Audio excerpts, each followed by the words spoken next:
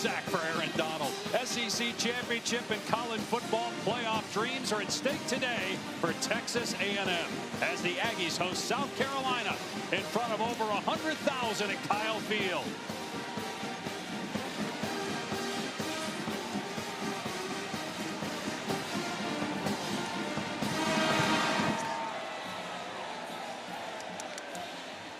Welcome to ESPN College Football presented by ServPro. From Bryan College Station, Texas, you're watching the SEC on ESPN. It's been a historic season for Texas A&M. 9-0 for the first time since 1992. 6-0 in the SEC for the first time since joining the conference. And number 3 in the college football playoff rankings. One of 3 unbeatens left in the country as we hit mid-November. Dave Pasch, Dusty Dvorak, and Taylor McGregor with you. A&M is now 2 wins away from a guaranteed spot in its first ever SEC title game. It's been a magical year, and Dusty, they're led by a player that's exploded onto the national stage. Marcel Reed is so improved from where he was a year ago, and a legitimate Heisman Trophy candidate. One of the most explosive quarterbacks running the football in college, and so improved in the passing game. He's got an excellent offensive line, the stable running backs, and one of the most dynamic duos at wide receiver, and is leading this high-octane A&M offense in a great way.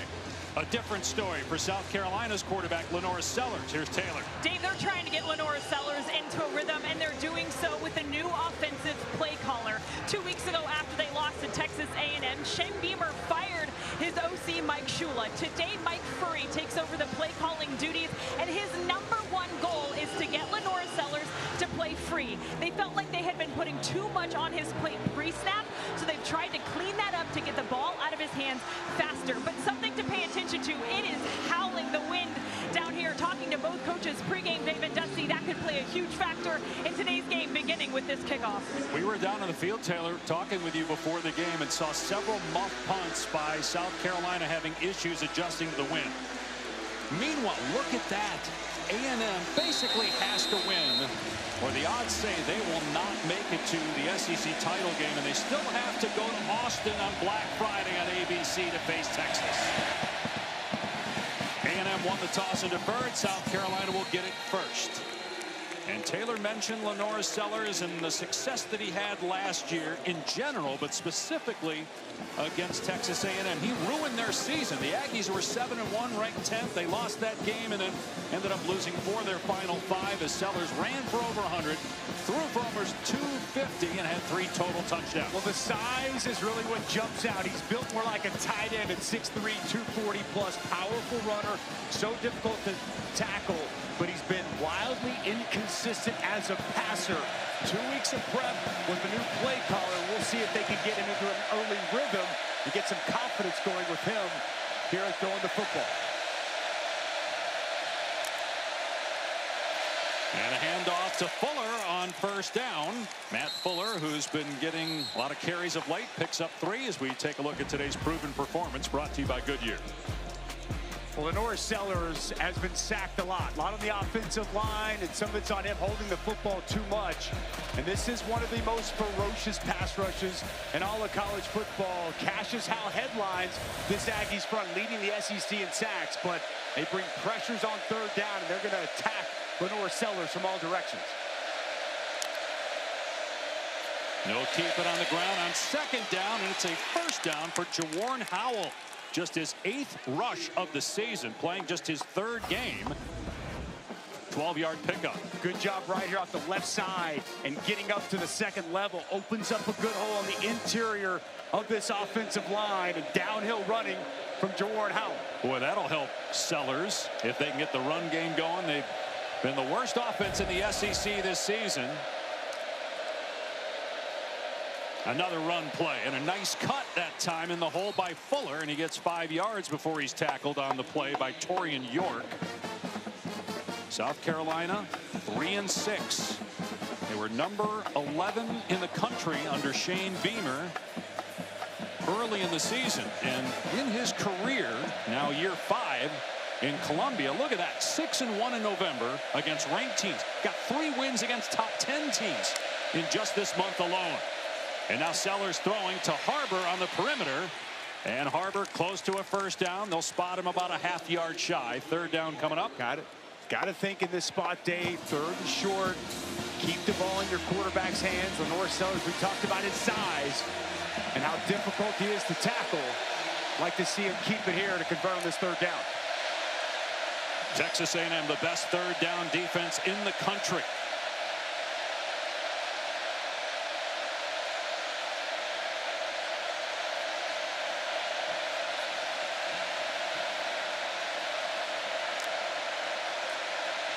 And Sellers will keep it, and he's got a ton of room. First down and more. Gets an extra yard and picks up a total of 12 down to the 39 of A&M. Well, it's a really good read. Watch this edge.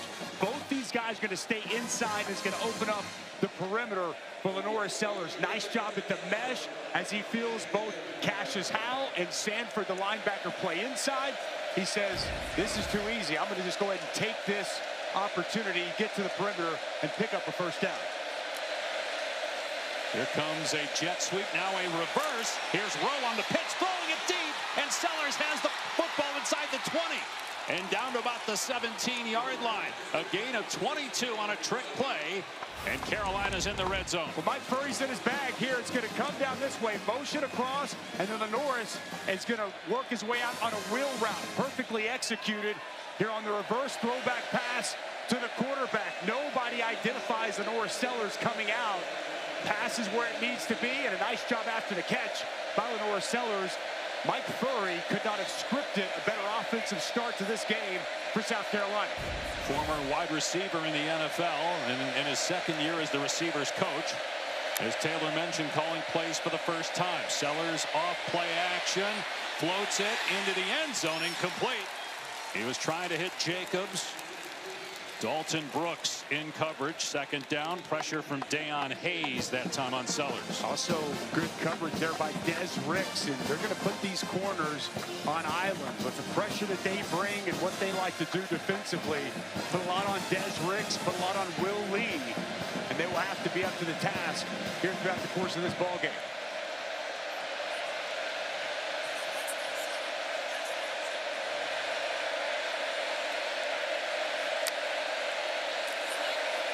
Sellers again off play action, and the pass through the hands of Fuller, incomplete.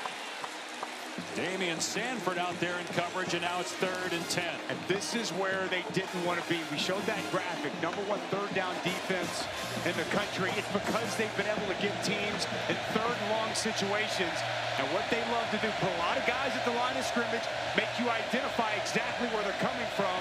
And few teams in all of college football pressure the quarterback like this Aggies front.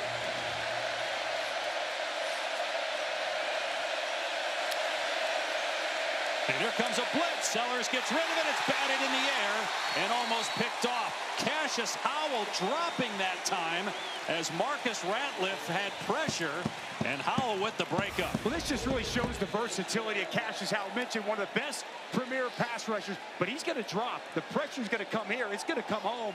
But Cassius Howell shuts it down. He knows he's got the back out of the backfield. Perfect position, gets his hand on the football, and forces 4th down.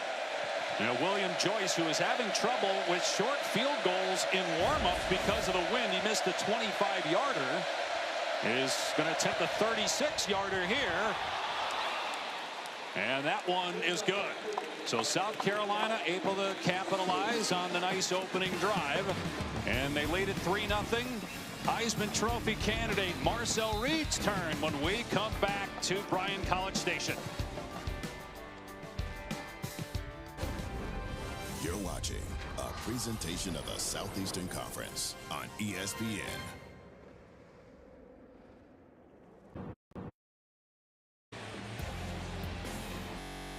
South Carolina behind Lenore Sellers a year ago in Columbia trounced South Carolina.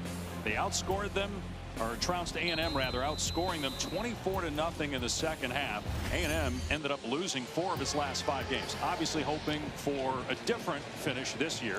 They're unbeaten in the SEC along with Alabama. They got a few one-loss teams. Georgia, Ole Miss, Texas, as the fair catch was made, and will come out to the 25. And now Marcel Reed, who last year split time at quarterback with Connor Wigman, but coming into his 10th game in 2025, he's had a terrific season, and he trails only Johnny Manziel in terms of all-time passer rating. Manziel won the Heisman the last time Texas A&M won 10 games, and they'll get to 10-0 if they can beat South Carolina today. They trail early 3-0. Reed accounting for 25 touchdowns on the season, 19 passing, 6 rushing. And a run play, Owens on first down, and he gets nothing as we look at the impact players, brought to you by Mattress Firm. Well, inside, Nick Barrett's going to have to play a key role for this defensive front for South Carolina. Nick Hart, we've already seen the big 6'5" wideout with great speed for offensively. Damian Sanford's been playing excellent linebacker, and Casey Concepcion is a weapon, so good with the ball in his hands. 10 touchdowns, leads all SEC wide receivers this season. Reed to throw from the pocket, fires over the middle, complete. Borkacher, the tight end, to first down, out to the 44-yard line, a gain of 19. Well, great protection by the offensive line. And how about the route you're going to see come in on the dig route from Borkacher, and then a strike. Offensive line protects, clean pocket. See Marcel Reed feel comfortable climbing that pocket and fire an absolute strike over the middle to his tight end. These tight ends are a big piece of this offense. Now, there are 29 catches between Orstrom and Borkacher. Play action, stepping up and taking a shot downfield. And the catch is made by Concepcion inside the 15-yard line.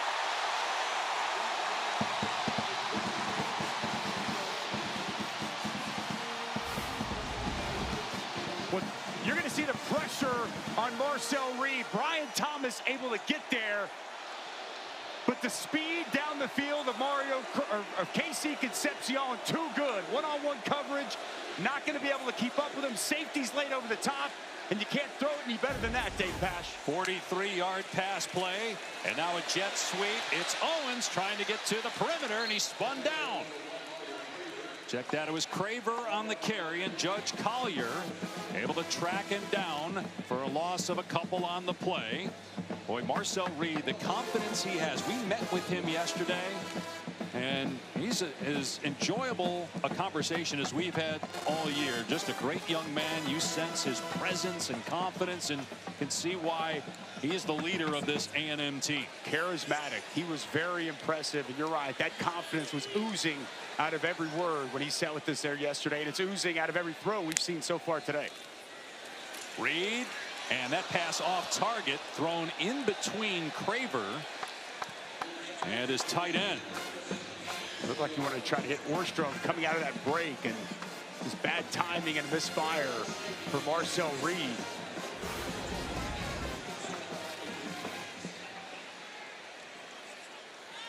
Craver, I don't know if he was expecting Craver to turn around there. Just something off there about that pass from Marcel Reed. They need in this spot Dylan Stewart to find a way to get a pressure. One of the best pass rushers in the SEC, bottom of your screen.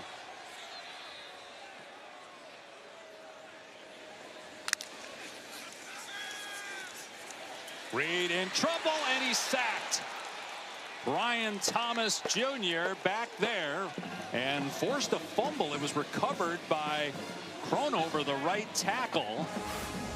And it's going to be a field goal attempt here for A&M. Well, this is relentless effort. Watch him work back inside and just be tough and physical, continue to fight as he works inside to the quarterback, and a big hit on Marcel Reed. This is one of the best offensive lines in the country, and Brian Thomas with that motor and relentless effort to the quarterback with a big sack. Looked like Reed was down, but again, it was recovered by Kronover anyway. And now a 41-yard field goal try from Randy Bond, and that ties the game midway through the first quarter at 3 apiece. Lenora Sellers with a big catch on the opening drive to get the Gamecocks on the board, and we're now tied.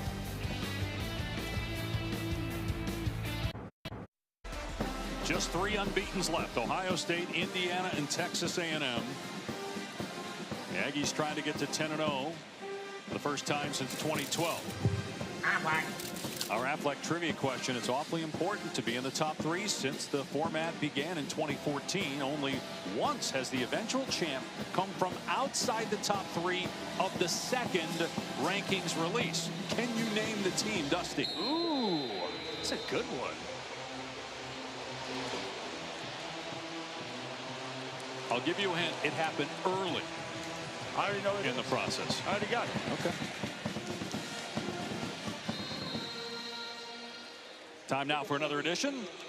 Dusty's Defensive Dudes. And we got some dudes in this ball game. Dylan Stewart is where we're going to start for South Carolina. He has got length, he's got bend, and freaky athleticism. Better against the run this year. They need him to pressure the quarterback today. Nobody pressures the quarterback in the SEC better than Cassius Howe. 10.5 sacks, leads the conference. But you saw the versatility already today in coverage. Can really do it all for this Aggies defense. A transfer from Bowling Green, and he only started 1 game last year for Texas A&M, had 4 sacks. You see the great numbers in 2025. Sellers, and a pass batted down. There's Howell again, already 2 pass breakups here in 7 minutes. Well, there was something going on with the snap, and this was too easy. You see the hesitation. Left tackle never even moves, and that excellent get off from Cassius Howe as he gets his hands up with his 2nd pass breakup already in this first quarter.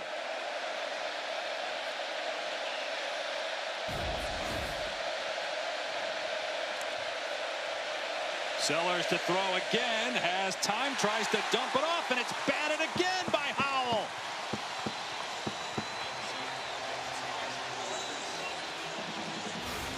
You know, I'm surprised Lenore Sellers doesn't run this, but watch Cassius Howe. He's going to start up and work back in and get his hand on the football. As this opens up, look at the middle of the field open up here, Dave.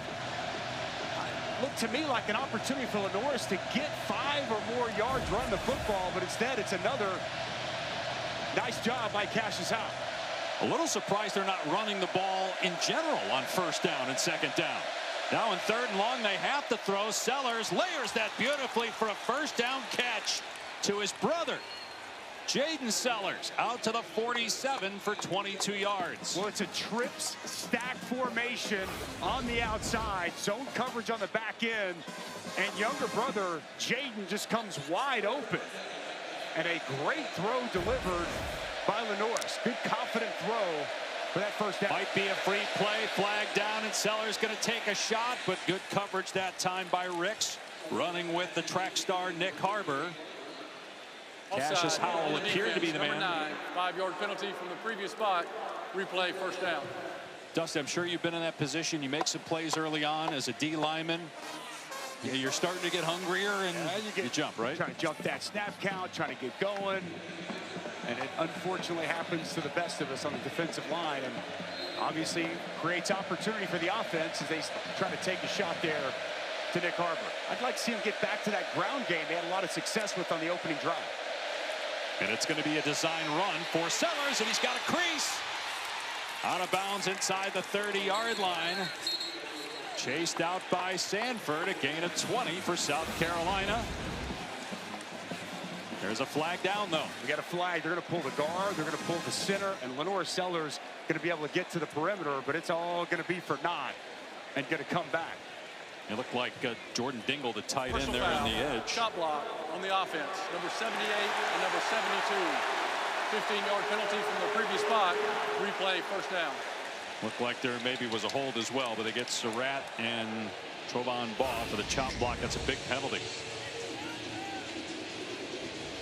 Ball goes low, and then you see Surratt go high.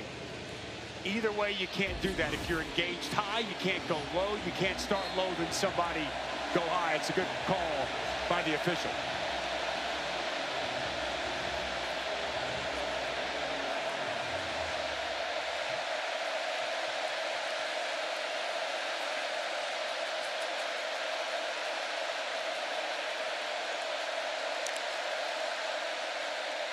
Sellers will run it again, cuts it upfield, and he's knocked down by York.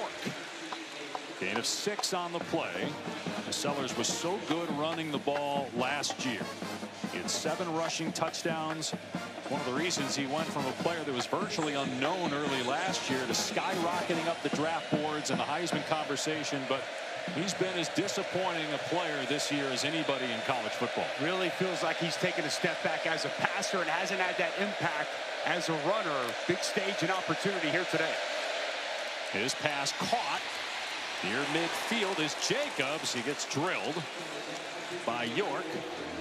But maybe the change with play calling, Mike Shula fired going into the bye on November 2nd and going with Mike Furry, maybe that will spark Sellers. He certainly has looked better here in the first quarter than he had for a good part of this year. Preseason first team All-SEC quarterback. Look at all these bodies at the line of scrimmage, Dave. Now you got to try to figure out if you know where Sellers and the offensive line, who's coming, who's not. Let's see if you're able to pick up this pressure or if A&M bails at the snap. Try to confuse you in these spots. Pressure off the edge. Sellers throws it deep, and it's caught. And they're marking Jacobs down, or no. Now official comes in and says touchdown, South Carolina. A strike by Sellers, 50 yards to Vandrevius Jacobs.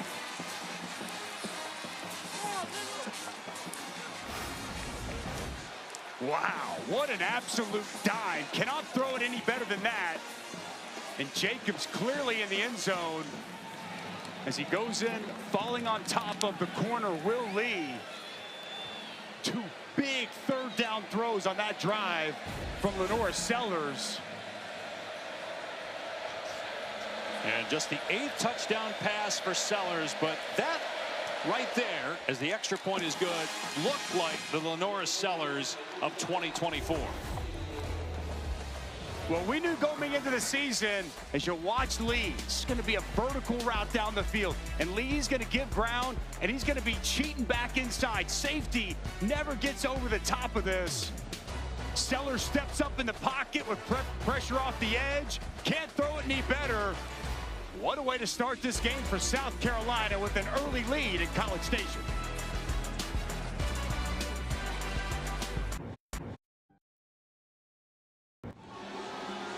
Welcome back to the Dr. Pepper Championship Drive Game of the Week. What a start for Lenore Sellers. He's got a catch.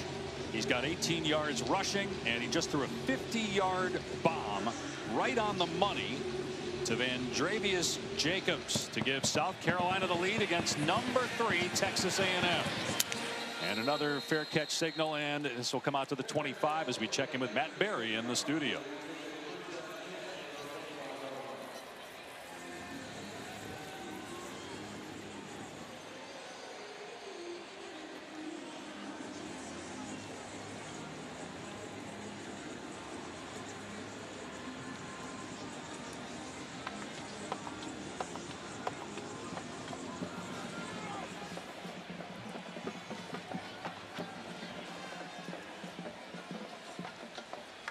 Well, Notre Dame playing like a different team than we saw early in the season. One of those losses for the Irish at home against this Texas A&M team. Reed back to work, and a strike across the middle. Concepcion. It's still going.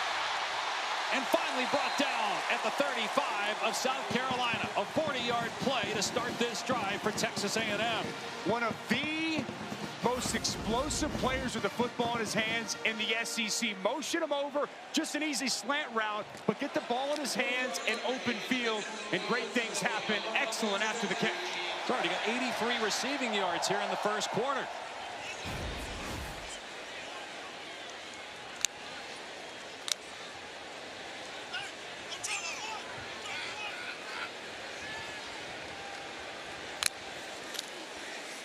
Owens gets the carry off the left side with room. And a gain of close to 8 before he's tackled by Okoronkwo. A nice downhill running there by Reuben Owens, who is really starting to put together an excellent season. 100 yards last week for the second time this year. You know, he was highly touted coming out, a 5-star running back, one of the best in the country. Tears his ACL last year before the year. And with Le'Veon Moss out, Reuben Owens has really picked it up. 2 100-yard games in his last 5. Had a couple of touchdowns last week. The win at Missouri.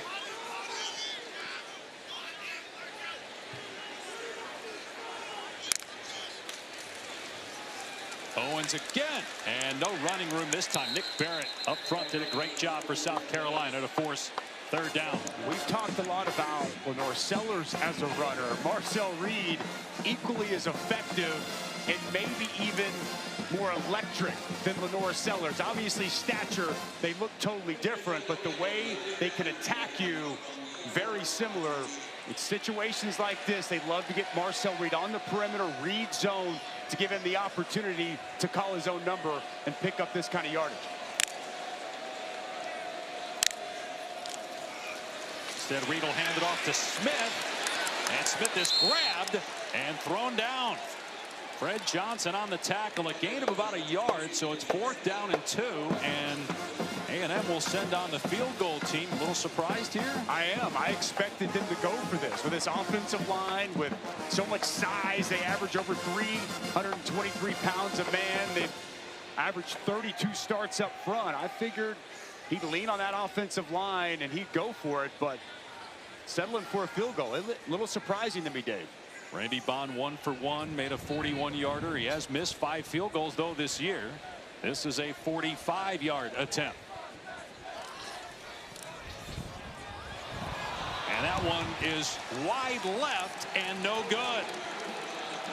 It remains 10-3 South Carolina.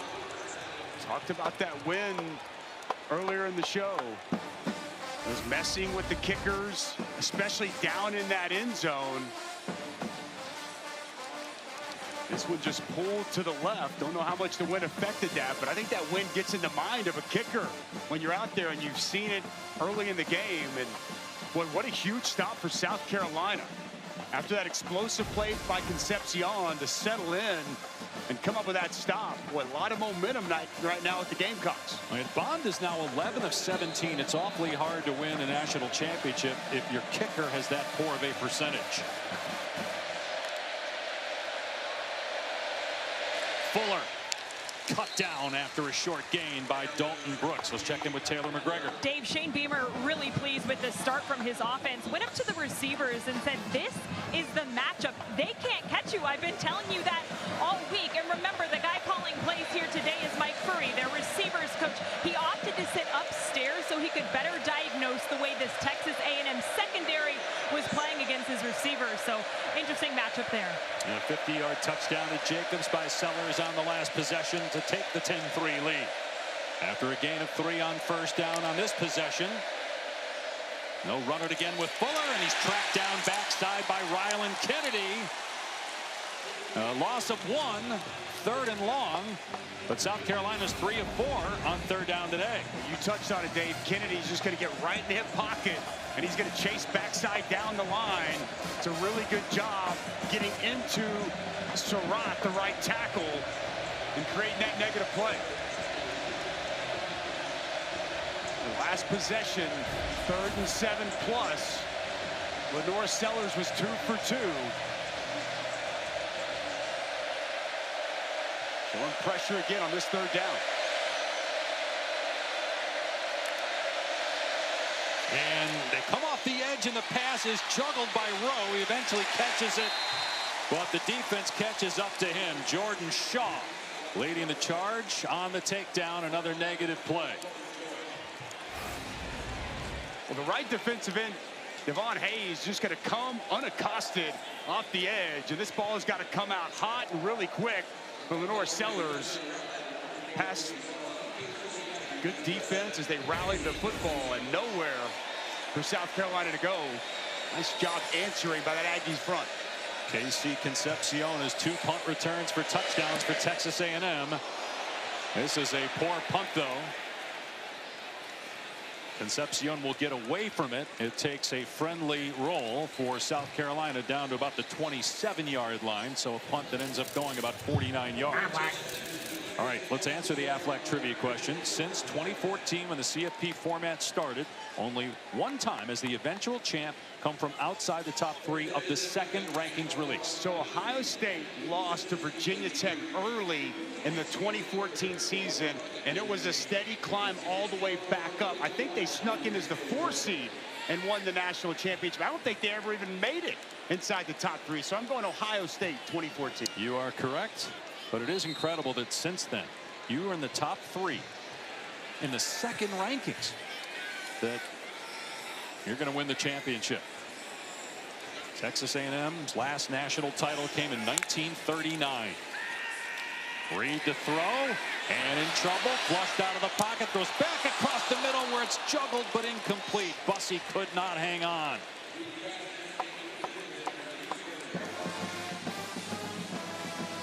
Against his body, pass a little bit low. Bussey went down and tried to corral it, unable to. Bussey, a dynamic athlete as well. Mr. Texas football as a junior. Really good. The return game on kickoff and continuing to build his role as receiver for this offense. Couldn't bring in that first down throw.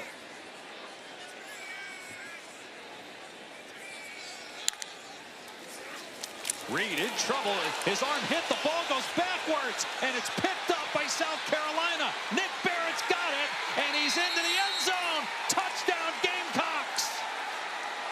Dylan Stewart got to the quarterback, and Barrett does the rest. What a way to end the quarter for South Carolina. We touched on Dylan Stewart, his length. Watch this get off. Dylan Stewart's going to be untouched. Watch him get in the backfield. He first gets Reuben Owens, then he gets the arm of Marcel Reed. That passes backwards, and that's a scoop and score touchdown for the big man, Nick Barrett. Wow. Wow. That's the disruption that Dylan Stewart can create. The get off, the length. He grabs a running back, the quarterback all at one time. Marcel Reed panics, and it's a touchdown for South Carolina.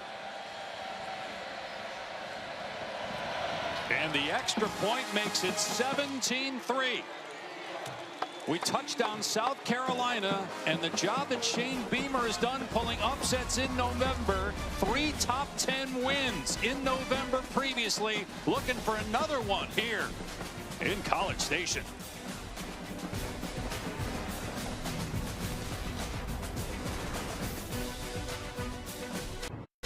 ESPN. A surprise through one quarter here in College Station. Third-ranked Texas A&M trails South Carolina 17-3 after a fumble recovery for a touchdown at the end of the quarter. The third fumble return for a score for South Carolina this season. They lead the SEC in takeaways now with 17. Moments ago, Shane Beamer with Taylor. Coach, you couldn't have scripted a better start for your group. What's impressed you the most about what you've done so far? Just guys making plays. We challenge people, all week. We got to go make plays, and that's what our guys are doing. Like, we're not surprised. We beat this team by 24 points last year. And I get it. They got a hell of a football team. There's not a team in the country playing better than these guys. But our guys didn't come in here just hoping to compete.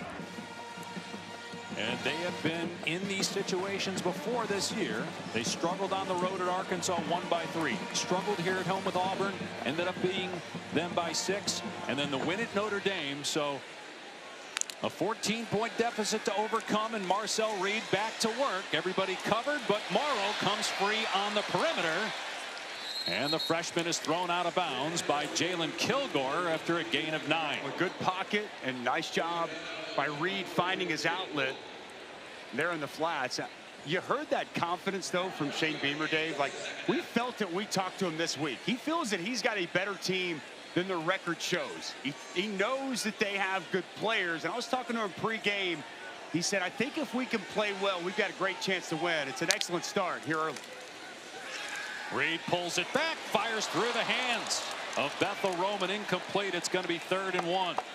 Well, again, this South Carolina team was ranked 11th preseason. They beat Virginia Tech opening weekend on a Sunday afternoon. They moved up to number 10. And a big reason why they were so hyped going into the year was because of Lenore Sellers, but he's played poorly until this first quarter, one of his best quarters of the season.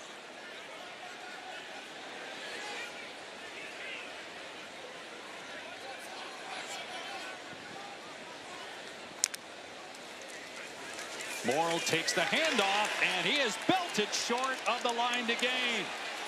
DQ Smith in there with the hit. It's a loss of a yard, and it's 4th down. Wow, this South Carolina defense defense has come to play. DQ Smith's going to come right off the edge, unaccounted for, and he's going to hit Morrow behind the line of scrimmage and force another A&M punt. What we've seen in short yardage situations here today, this defensive line, the aggressiveness of defensive coordinator Clayton White really challenged what's been an excellent offensive line and short yardage run game for Texas A&M. Kilgore is deep for South Carolina. Excellent punt. And it checks up and is down around the 10-yard line.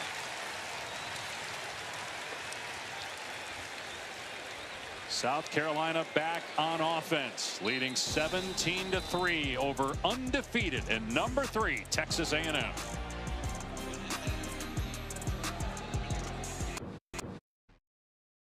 Along with Alabama, but they played 7 of the bottom 8 teams in the SEC. So in most scenarios, they lose tiebreakers, and they really essentially need to win out to make it to the SEC title game. Now, a loss today, maybe even a second loss to Texas, may not eliminate them from the college football playoff. But in terms of getting to their first ever SEC title game, they lose today, only a 12% chance of making it.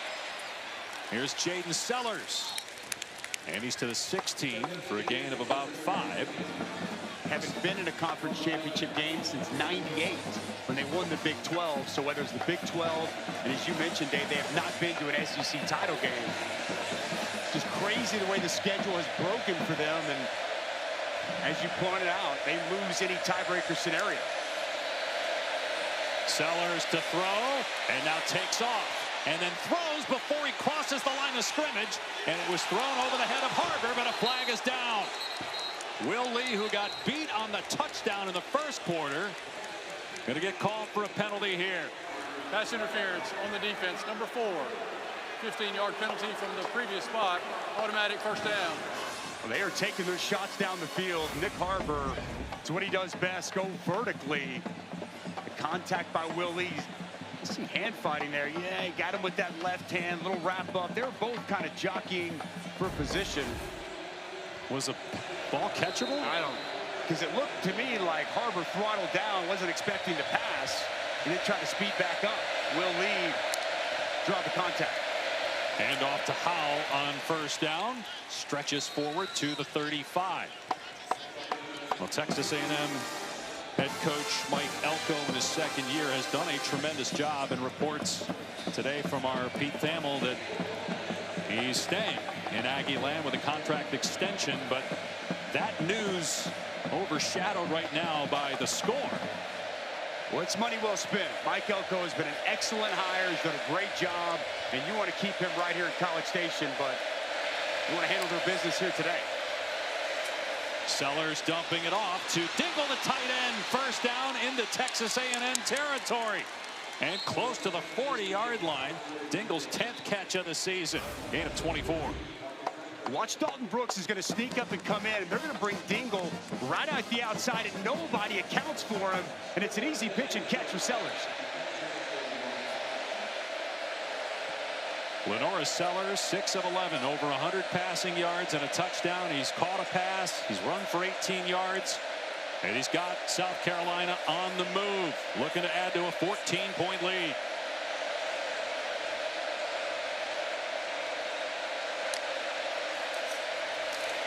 Howell off the left edge. Another first down. Will Lee trips him up. 14 more yards. Nick Sharp off the left side. Watch him just work and move people out of the way. Does a really good job continuing to work. You see 5. DJ Hicks works inside, and a big hole opens up off that left side. And South Carolina finding a groove, Dave, on the ground and on the arm of Lenora Sellers. They have 63 rushing yards to negative 13 for Texas A&M.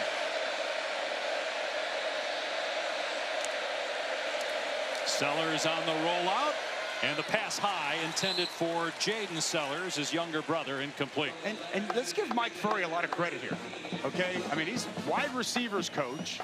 The Sunday after they lose to Ole Miss, Shane Beamer makes a tough decision. They fire Mike Shula. He goes to Mike Furry and says, hey, you're going to be calling plays. Mike Furry at lower levels, head coaching experience, play calling experience. And he's given him this opportunity. And how about the response we've seen from this Gamecocks offense, Dave?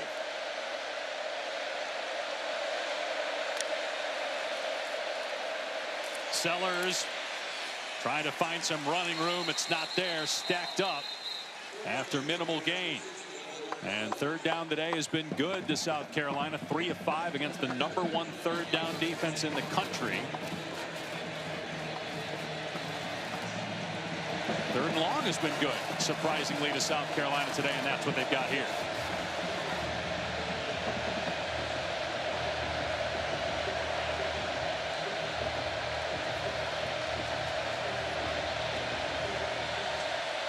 Cassius Howe, sack leader in the SEC, bottom of your screen. They're going to be conservative and hand it off.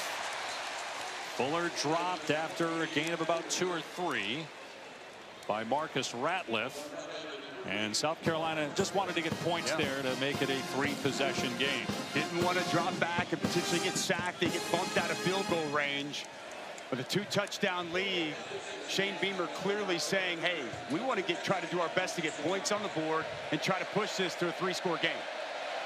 William Joyce made a 36-yard field goal earlier. This is a 41-yard attempt.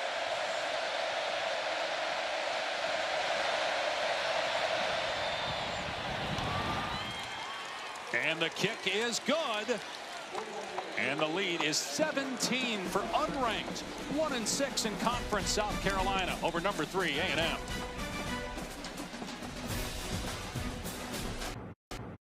First home game in a month for Texas A&M. They had been on the road for 3 straight and a bye, but they are trailing to South Carolina as Lenore Sellers has really stepped it up. And this was a perfectly placed ball to Vendravius Jacobs. And then how about the play we see from Dylan Stewart? And then it's the captain, the senior, Nick Barrett, the big man, scoops and scores for a thick 6, Dave Pash. And all of a sudden, South Carolina finds themselves up 17 here in the second quarter. When Shane Beamer has a 2-touchdown lead at South Carolina, they're 22-2. And this is the largest deficit faced by Texas A&M this season. Max Kelly booting it deep. Could be another touchback. Let's go to Taylor. Dave, there's frustration building on the Texas A&M sideline. To the offensive line, guys were saying, wake up, this is not us. And to their point, that group as a whole has been so good at preventing negative plays, but so far, 4 TFLs, 2 sacks, uncharacteristic for Texas A&M. Yeah, they lead the SEC in fewest sacks allowed and lead the country in fewest tackles for loss allowed. 4 so far here today. 2 sacks for South Carolina, 2 other tackles for loss. They've been really good in short yardage run situations. It's a veteran, excellent offensive line. We'll see if they start to put it together.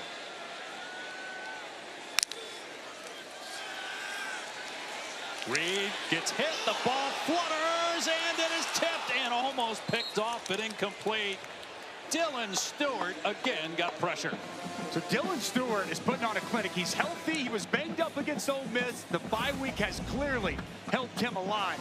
Watch him work off this edge. Now, it's called a long arm. He's going to use his arm on the inside of the right tackle crown over, and he's going to shove him back inside and then work his other arm back over the top to work back inside.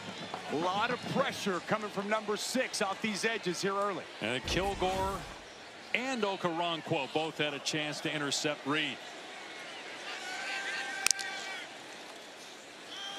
Owen straight ahead, nothing there. Dragged down after a gain of maybe 2 by Johnson.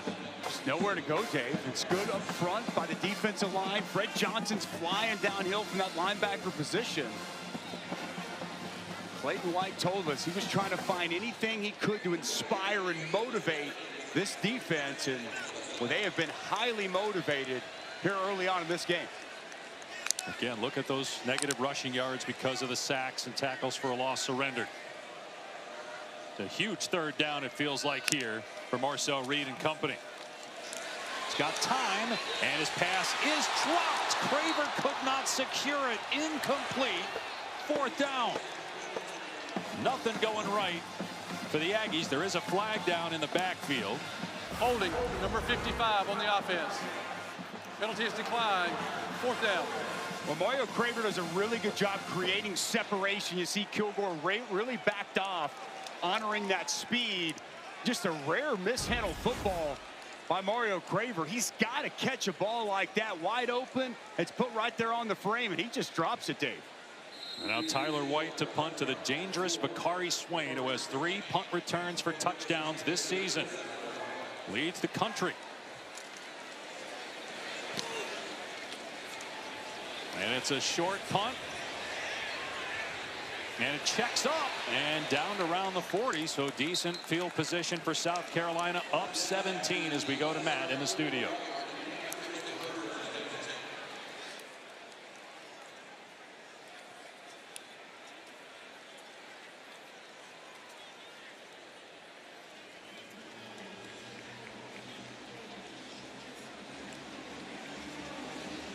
It was interesting, Matt. A lot of people thought Indiana should have been behind Texas A&M after that close win against Penn State. They're number 2, A&M number 3. Look at this score. Aggies down 17. Well, Aggies actually have the #1 strength of record, though they come in number 3 from the committee. They are a dogfight here early in this ball game. Need their defense to find a way to get a stop here. Mentioned that last third down important for A&M. This possession's important for A&M defense. Jet sweep, and they're all over Jaden Sellers. He'll end up losing 3. Could have lost 5 or 6. But that's exactly what this Texas A&M defense needed to start this drive. Watch Damian Sanford. He's not falling for it. As you see motion come back across, and it's perfectly diagnosed by Damian Sanford. Last week's SEC Defensive Player of the Week. He doesn't get him down initially, but good rallying to the football to get Sellers to the ground. And get South Carolina behind the sticks.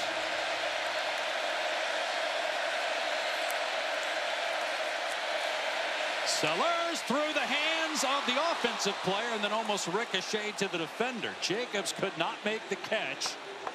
It's 3rd down and 13. Boy, this is an excellent throw from Lenore Sellers. He's had accuracy issues, no accuracy issues today, and especially on this play. This has got to be caught by Jacobs.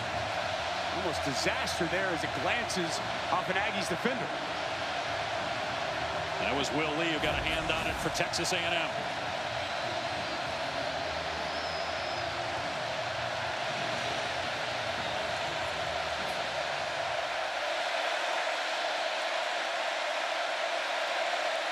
Play clock winding down for South Carolina.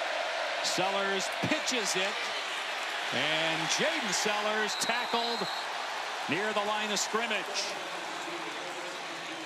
That was the best defensive series for Texas A&M today, forcing a much-needed punt. Good energy, good aggression, smart. You see Mike Furry not going to put the ball up in the air on 3rd and super long. Try to run just a little speed option with the motion man, Jaden Sellers. It's well diagnosed and a very important stop there. Quick 3 and out for this Aggies defense. Now the offense needs to do something. Concepcion, dangerous return man, waiting for the Mason Love punt back at his 15-yard line.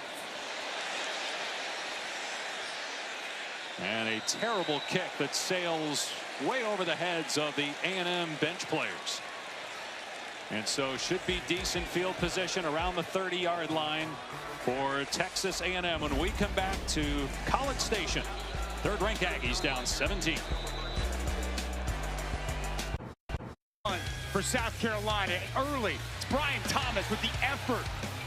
Undeniable to force the field goal. Dylan Stewart the last drive. You see the long arm inside, pass deflection. And this is as big as it gets. Dylan Stewart shot out of a cannon.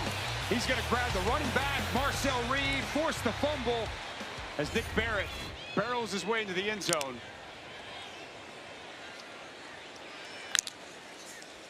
Big possession for Texas A&M. Reed has it tipped and incomplete. What a great job by Concepcion. Because look, that was going to get picked off by Fred Johnson. Concepcion comes in and dislodges the ball. Well, Fred Johnson's going to get a gift that he just doesn't want to receive. He's in perfect position, eyes on the quarterback. Marcel Reed never sees him. And And you're exactly right, Dave. What a great job by Concepcion to go up and make sure that ball is knocked to the ground. Fred Johnson just unable to elevate and bring that in. And Concepcion saves the day and saves this drive. Saves his quarterback, who has struggled today. Reed will send it out in space to Craver, and he's up to about the 36. The ball on the ground, but he recovered it. Well, Colin Klein is one of the bright young offensive coordinators in the country, now in his second year here with Texas A&M. We'll see what kind of adjustments are made as Marcel Reed, who coming into today fourth in Heisman odds, really struggled. 5 of 11 passing, a lost fumble that was returned for a touchdown, and a couple of near picks.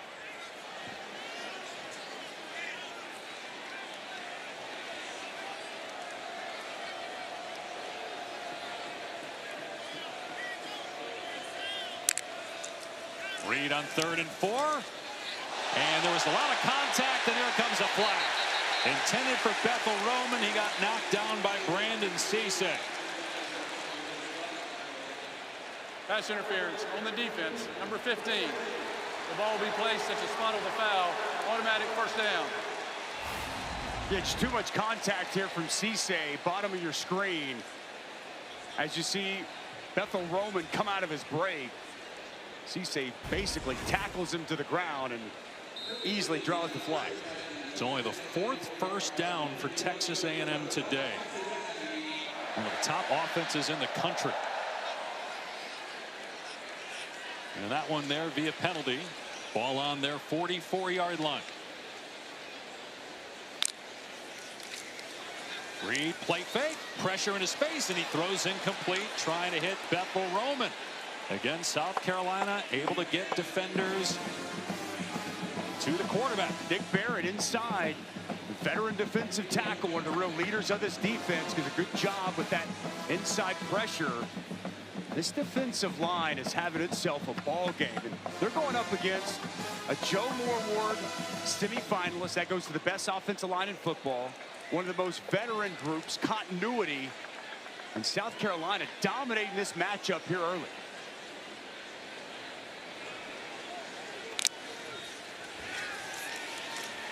Reed's pass in traffic, juggled again, and incomplete again. Jalen Kilgore jumped the route intended for Concepcion.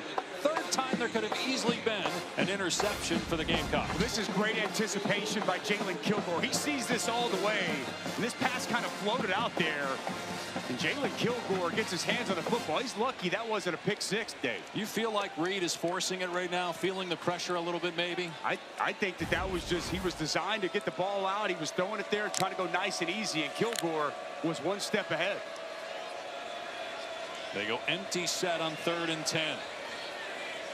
Reed is now 5 for 13 passing.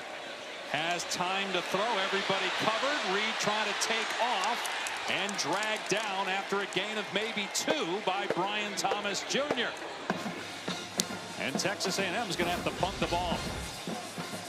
Well, there's going to be nobody whatsoever open here. Protection is good initially. Protection's clean. He's got a good pocket. But look down the field. No one's open. Everybody's covered. Everybody's accounted for. Just really good defense. Brian Thomas comes off that block late and gets Reed to the ground. Another punt for Tyler White. Going to try to pin South Carolina deep. This kick will roll down to about the 11-yard line. Well, coming up on ABC this afternoon at 3:30. A lot of playoff implications in both the 3:30 and the 7:30 Eastern games on ABC, with Alabama taking on Oklahoma, followed by Texas at Georgia. What a lineup today. My goodness. Doesn't get any bigger and better than that. Oklahoma, Alabama, since the AP poll era, no teams, no programs have won more games in college football. That defense of Oklahoma against Ty Simpson and that offense, it's going to be a great one there. And with Georgia, Texas, we saw that matchup twice last year. Georgia had Texas' number. See if Sark's got something in store with an extra week to prepare. Faison on 1st down, wrestled to the ground after maybe 1. Corey York on the stop. It's interesting. That's the first time we've seen Faison get the ball. We've seen more Jawarn Howell today, Matt Fuller, again, new play caller, and Mike Furry, maybe giving some opportunities to some other guys in practice. We've seen some decent success on the ground here in this first half from South Carolina. 69 rushing yards for South Carolina. -9 for Texas A&M. They'll keep it on the ground with Faison. And he's able to break a tackle and another one. Faison across the 30 and all the way to the 34. What an incredible run. Breaking tackles, dragging defenders for a 22-yard gain. Just keep those legs churning. Faison unwilling to go down. He's met in the hole by Sanford. And there's two Aggies defenders on him, but he just keeps driving the legs. A nice pickup.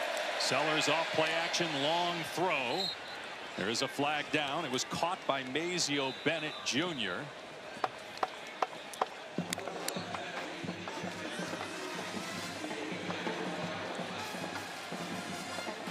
Personal foul.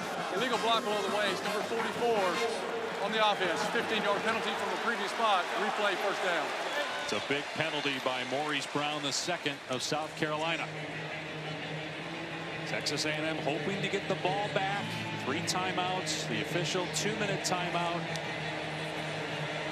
They will get the ball to start the second half. They trail by 17, their largest deficit of the season.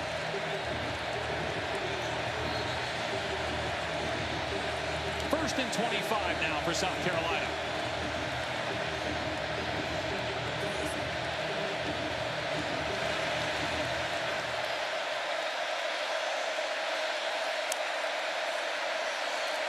Faison again powering his way forward. Gain of about 4. It's interesting. Even on that little 4-yard gain, they're getting a push up front. The South Carolina offensive line, who's had all kinds of struggles this year in the run game and protection, and they have really stepped their game up here early in this ball game. Giving up the most sacks in the country, but none yet for A&M. And they can't get after Sellers here. He throws high and it's picked off. Intercepted by Dalton Brooks. Now a flag down. Brooks still running and all the way down to the 6-yard line.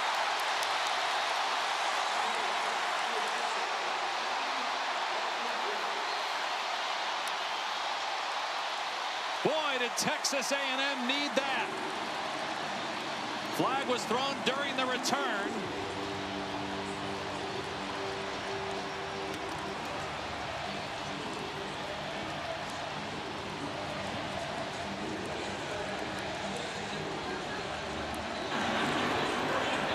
The result of the play was an interception by Texas A&M.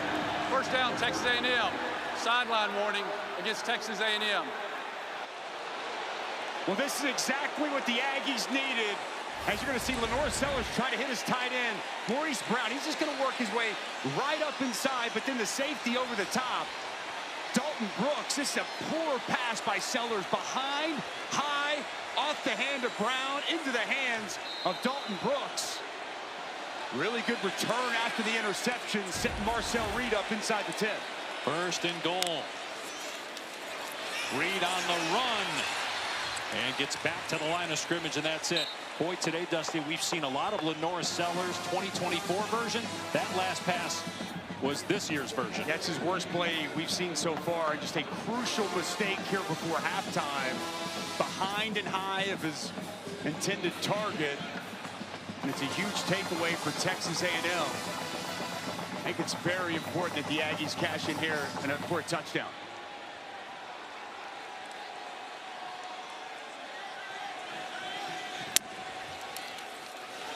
Reed will throw. End zone pass. Concepcion can't hang on. Another drop. We saw Craver put it on the ground on the last drive, and Concepcion just coughed up a touchdown.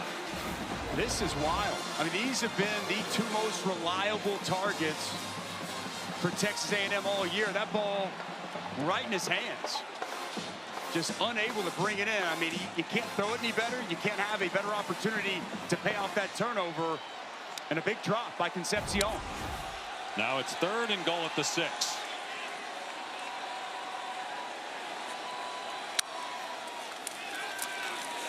Reed pumps, fires high, incomplete, over the head of Concepcion. You got to wonder with the drops if just squeezing the ball a little too tight, feeling the pressure, trailing by 17. It's a big stand by South Carolina to force a field goal. Huge stand by South Carolina. I mean, you get the ball inside the 10 prime real estate after that interception to come up and be able to get this stop. It's huge, and sometimes you need some luck, aided by that big drop by Concepcion. No, Bond missed the 45-yard attempt earlier. This is a lot shorter, 24 yards. And it hits the upright, and it's no good. Oh, my goodness. What a disaster for A&M after they get the takeaway. Have first and goal on the 6. A drop touchdown, and now a horrible kick. And it remains 20-3. Well, if you want a recipe of how an upset brews, it's mistakes like we're seeing from the Aggies. Now, the second missed kick, and this one a chip shot gimme. Doink off the left upright. And the kicking woes continue for Randy Bond. Wow, to come up with no points after that takeaway. That's somewhat devastating for Texas A&M. I mean, you had a chance to get it within 10. You're going to get the ball back to start the third quarter. Who knows? You still might get one more possession this half. There's plenty of time with 3 timeouts and the 2-minute timeout to get a stop and get the ball back. But now South Carolina's back on offense. Sellers' last pass was picked off, but it does not cost the Gamecocks.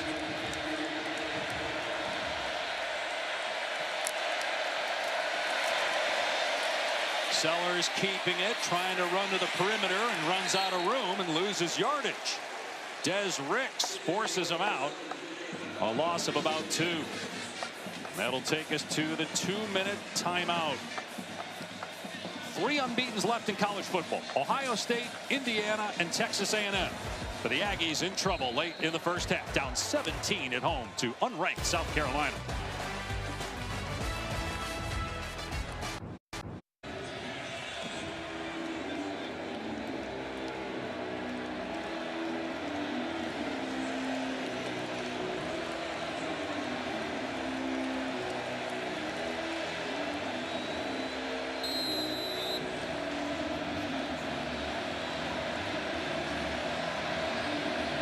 All right, Matt, so as you mentioned with Indiana, you get 2 of the top 3 in the country struggling in the first halves of their games, and Sellers with another poor throw, trying to hit Brian Rowe. 1:57 left, 3rd and 11, plenty of time for Texas A&M if they can get the stop and get the ball back. South Carolina 3 of 7 on 3rd down in this game. They were 3 of 4, so they're 0 for the last 3 against the #1 3rd down defense in college football. And a big reason why it's the pass rush. Cassius Howell, top of your screen. Deion Hayes, the other quality rusher, bottom of your screen. Sellers long pass, not even close, not on the same page with Jacobs, so it's a quick 3 and out for South Carolina after the missed field goal from A&M. And clearly their miscommunication from Sellers and Jacobs. He expected Jacobs to break out on his route. Jacobs turns in, and that pass sails well wide of his intended target. Well done there by the Aggies defense. Well, Mason Love will punt it away to the terrific return man, K.C. Concepcion. He's got 2 punt returns for touchdowns this season.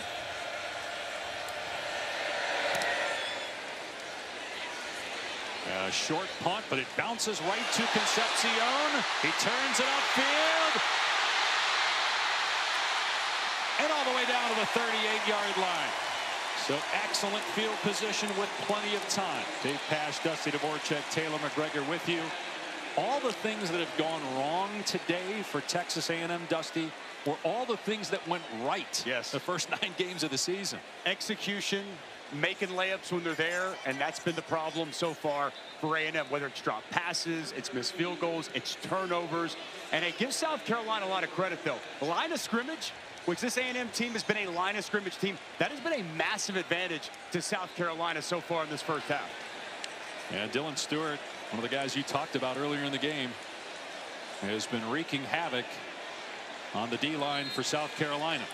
Coming away with points, Dave, in this drive, I think is so important for Texas A&M before half. Build some momentum going in there for Mike Elko and his squad.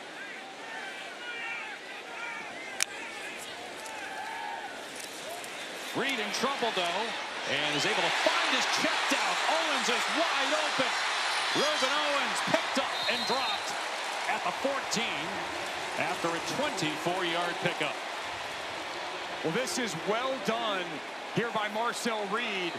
Okoronkwo is going to come unaccosted right up the middle, and just to buy enough time to find Reuben Owens coming as a check down is absolutely huge.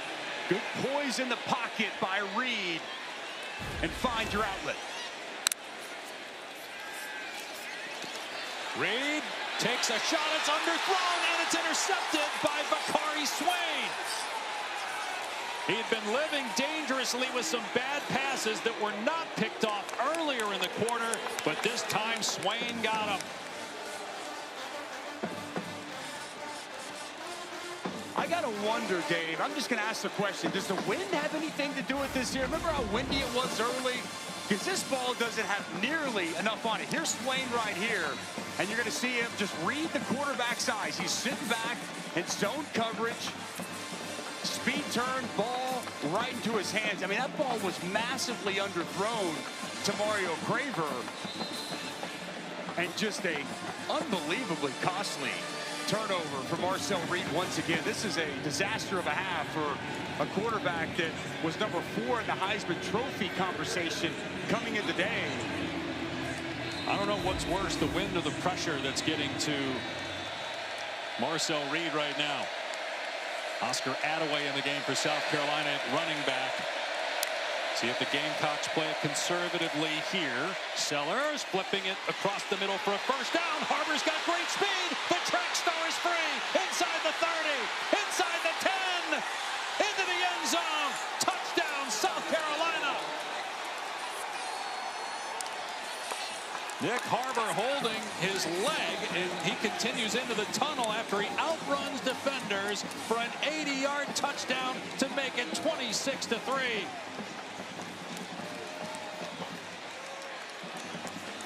That is track speed from the big man, Nick Harbor. No shots of anybody catching him. One of the fastest track competitors in the SEC last year. He gave up track, went all in on football this season.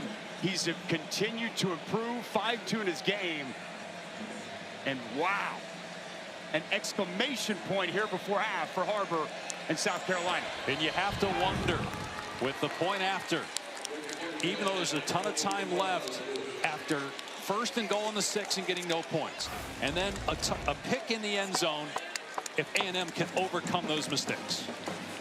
We're going to find out. Watch the route. Okay, he's going to sit down in the zone, and it's going to be a good find for Lenore Sellers, and this is just poor tackling. You've got to do a better job as the safety. Dalton Brooks comes down, and he's got to get Nick Harbor on the ground. You cannot miss that tackle and allow a player with the speed of Nick Harbor to get into the open field and take it to the house.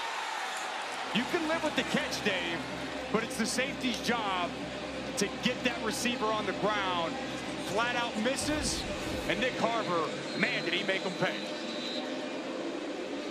296 yards of total offense. And again, the South Carolina team with just one win. Now they played Alabama tight as the fair catch is made, so it's going to be a touchback. They lost to the Crimson Tide after leading in the second half. But other than that, they have not been in many close games of late. And a coaching change at offensive coordinator, 4 straight losses since the win against Kentucky. But what a turnaround here on the road against A&M. Shocking. I mean, this is a shocking situation we're watching unfold right here in front of us. But one thing I'll say, South Carolina, they got dudes. They got playmakers. Dylan Stewart, you see the speed of Nick Harbor, and their playmakers are making plays. A&M's are not. And Stewart with pressure. Reed in trouble, gets away from the defender. And the pass incomplete. It was Troy Pikes that benefited from Dylan Stewart's double team there, getting to the quarterback. I mean, we got to give South Carolina a ton of the credit, but these miscues have been very real all throughout the day for Texas A&M. The offensive line, yet another miscue, a game up front. They allow the inside pass rusher to come loose, and just more pressure for Marcel Reed. He's 1 for his last 10 passing.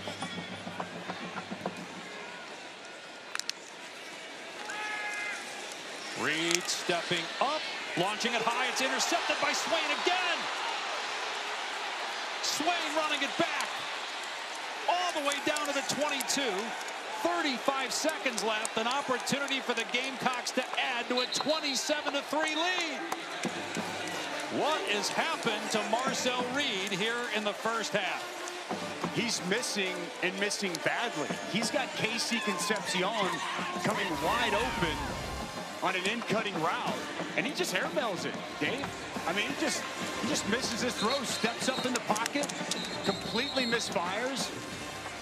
And Vakari Swain's right there for yet another takeaway for the South Carolina defense, who was tied for the most in the SEC coming in.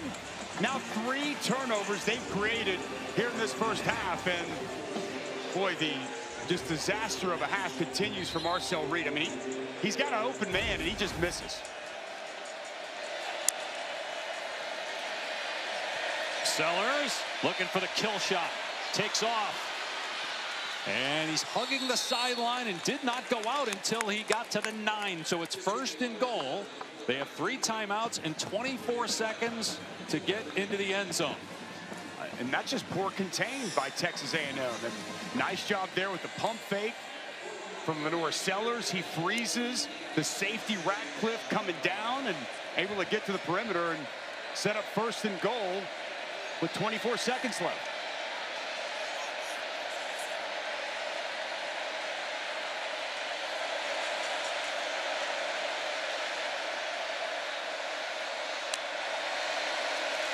Sellers able to hit his tight end Brady Hunt. They're going to have to call timeout,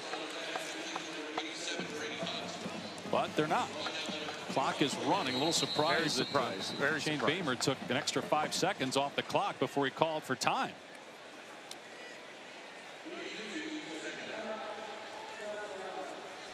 Well, it's been a half of major mistakes for Texas A&M, starting with the missed field goal. Then you have the forced fumble by Stewart. Barrett picks it up, returns for a touchdown. Then you have Concepcion dropping a touchdown. Then another missed field goal. And then you have 2 interceptions. One in the end zone. Poorly underthrown ball there, and this one overthrown. Vakari Swain, the benefactor on both of those errant throws by Marcel Reed. And that's how we got here to 27-3 with 11 seconds left. South Carolina still with 2 timeouts, so 2, maybe 3 more plays to try to get it into the end zone here. And obviously, if it gets to 4th and goal, they can just kick it and get 3 more points. Sellers in trouble and just going to throw it away. There is a flag down. 6 seconds remaining. Holding, number 78 on the offense. 10-yard penalty from the previous spot. Replay, 2nd down. Be interesting to see here if you're Shane Beamer. It's 3rd down. Do you say, you know what, let's kick it? I thought he would. If not, I expect them to keep it on the ground.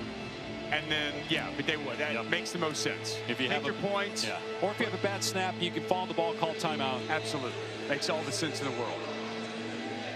Try to take a 27-point lead, a 27-point lead into halftime on the road against the number 3 team in the country, who's been undefeated up until this point. William Joyce 2 for 3 on field goals so far in the game. This is a 35-yard attempt. Check that 2 for 2. And he nails another one. So with 2 seconds left in the first half, it is 30-3 South Carolina. Take a look at this week's college football playoff bracket, brought to you by Goodyear.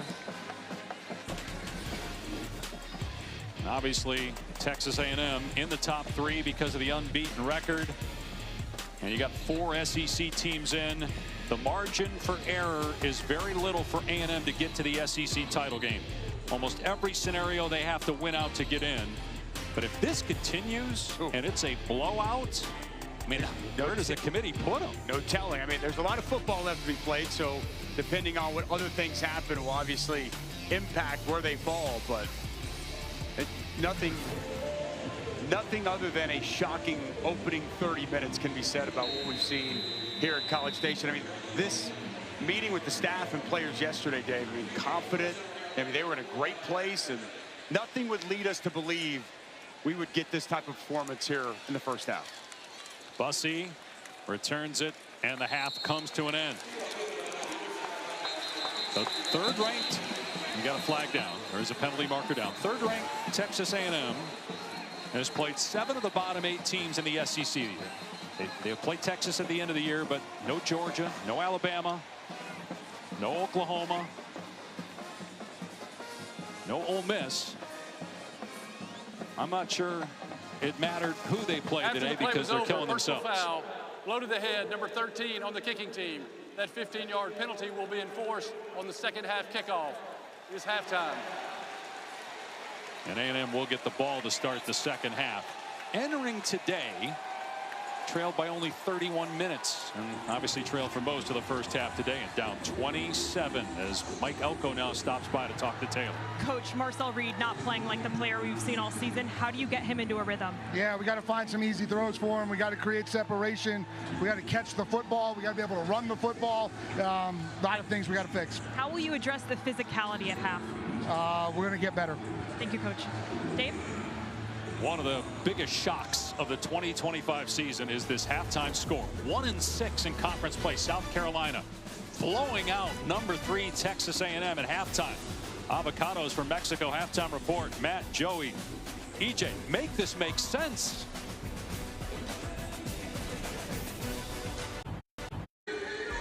Welcome back to ESPN College Football presented by ServPro. From College Station, Texas, you're watching the SEC on ESPN. A shocker in the noon window is previously unbeaten and number 3 Texas A&M getting blown out at home 30-3 at halftime. What an all-around performance by South Carolina. Nick Barrett with a scoop and score on defense. Nick Harbor outrunning defenders for South Carolina, and Marcel Reed playing his worst game maybe of his life. Dave Pasch, Dusty Dvorak, Taylor McGregor. Texas A&M 30 minutes to go to try to avoid what would be the biggest upset in college football this season. I thought coming into today, based off what I'd seen, that Texas A&M could win a national championship. Bussey returns it past the 40-yard line. And nothing we've seen today would lead you to believe that. South Carolina played the best half they've played all year. On the flip side, A&M played by far their most disappointing half of all season. Don't even resemble the team they put on film for 9 games. Number 88 on the receiving team. 10-yard penalty from the spot of the foul. First down, Texas A&M. Tough penalty to take after you had good field position, and the penalty at the end of the half that changed the kickoff line. First half stats brought to you by Tums. Lenora Sellers had the 1 interception. Otherwise, he played great. Yes. Reed just 6 of 19, 2 picks. It could have been 4 or 5. This looked like the Lenora Sellers that people were talking about as a Heisman front runner, the potential #1 overall pick. They got him involved with his legs, over 200 yards accounted for. And Marcel Reed, just no confidence throwing the football. He's got the 3 turnovers, and it could have been 6. At least 2 to 3 other passes could have been picked up. He's got to take better care of the ball here in this second half. But a long way to go. Can Reed bring him back? Another juggle. This time it's caught by Concepcion. He dropped the touchdown in the first half. Let's go to Taylor McGregor. Physicality on the line of scrimmage and stopping the run is what Shane Beamer said has to continue if South Carolina wants to pull off this upset. Texas A&M had -9 rushing yards in the first half, and Shane Beamer said that is the difference in this game. As for the offensive play call coming from Mike Furry, he's really impressed with the way he's been able to idolize or figure out Texas A&M's defense. But first down, the only thing that he says would like to improve. Furry calling plays after Mike Shula, the offensive coordinator for South Carolina, was fired 2 weeks ago going into the bye week. Reed guns it over the middle, and the catch is made in South Carolina territory by Concepcion. Well, this is not unusual for a Shane Beamer coach team, though, since taking over 5 years ago. 6-1 in November against ranked teams. 3 of those wins against top 10.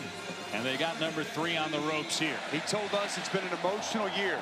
There's been all kinds of issues and struggles on the field, but he told us the culture is strong. This team would be ready to play, and they preached finish. And as he told us, his mantra here this week, they still remember November, and an opportunity for this team to do something special here today. They've put themselves in position with that first half. Trying to get the ground game going with Morrow, and he gets about 9 on the play. Good opening possession for Texas A&M. And they pull the center, pull the left tackle, and get up to the second level. This is the offensive line that you've seen on film. Good downhill running there on first down.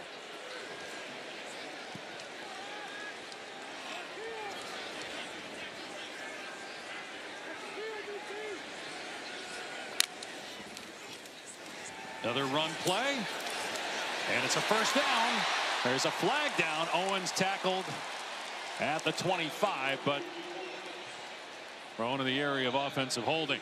Going to be on 78 crown over, Dave. Holding, number 78 on the offense. 10-yard penalty from the previous spot. Replay, second down.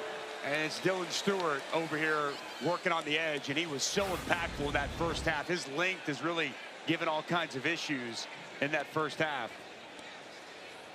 And get that right and left hand up on the shoulder pad. When you see the jersey tug when the defender tries to separate, that typically draws the flag.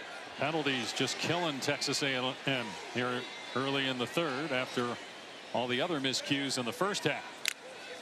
So it's second down and 12 after the spot foul. Reed in trouble, and a dangerous throw in traffic.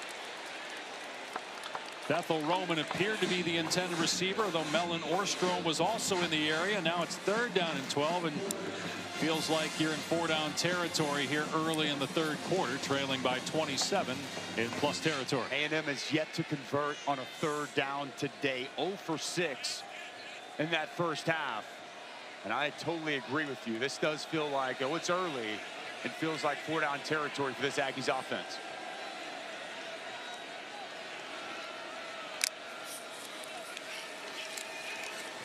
Reed, another high pass over the head of Mellon Orstrom.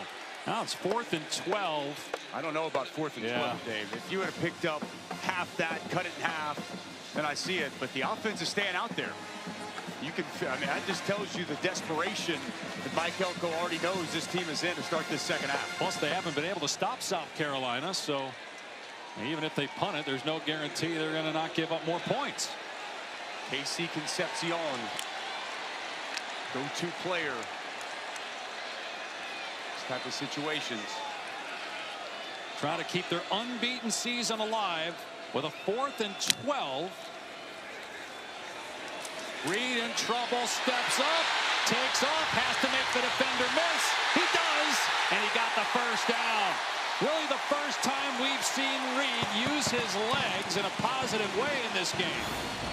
He is so sudden and dynamic as a runner. Freeze it right here, guys. He locates it, sees it, and then Fred Johnson, 0, comes up, and he's hugging air. Will that provide a spark? Owens, and what a play by Swain as he was getting blocked. Just got a piece of room at Owens the second, and it's a short game. I'd like to see some more of that in the second half from Marcel Reed. Flag down. His speed and suddenness and ability to make guys miss is almost impossible to account for defensively. Legal substitution on the defense. 12 players on the field when the ball was snapped. 5-yard penalty from the previous spot. Replay, first down. I'm with you on the Marcel Reed running. He only had 4 carries in the first half, and 2 of those were sacks, so the other 2 were scrambles. He's very dangerous as a runner, as we know.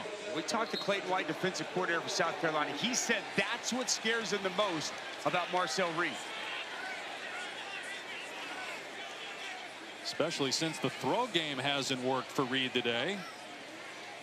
Well, they keep getting him involved in the run game. He'll throw it here. And he takes a shot, and it's caught for a touchdown by Isaiah Williams. Finally.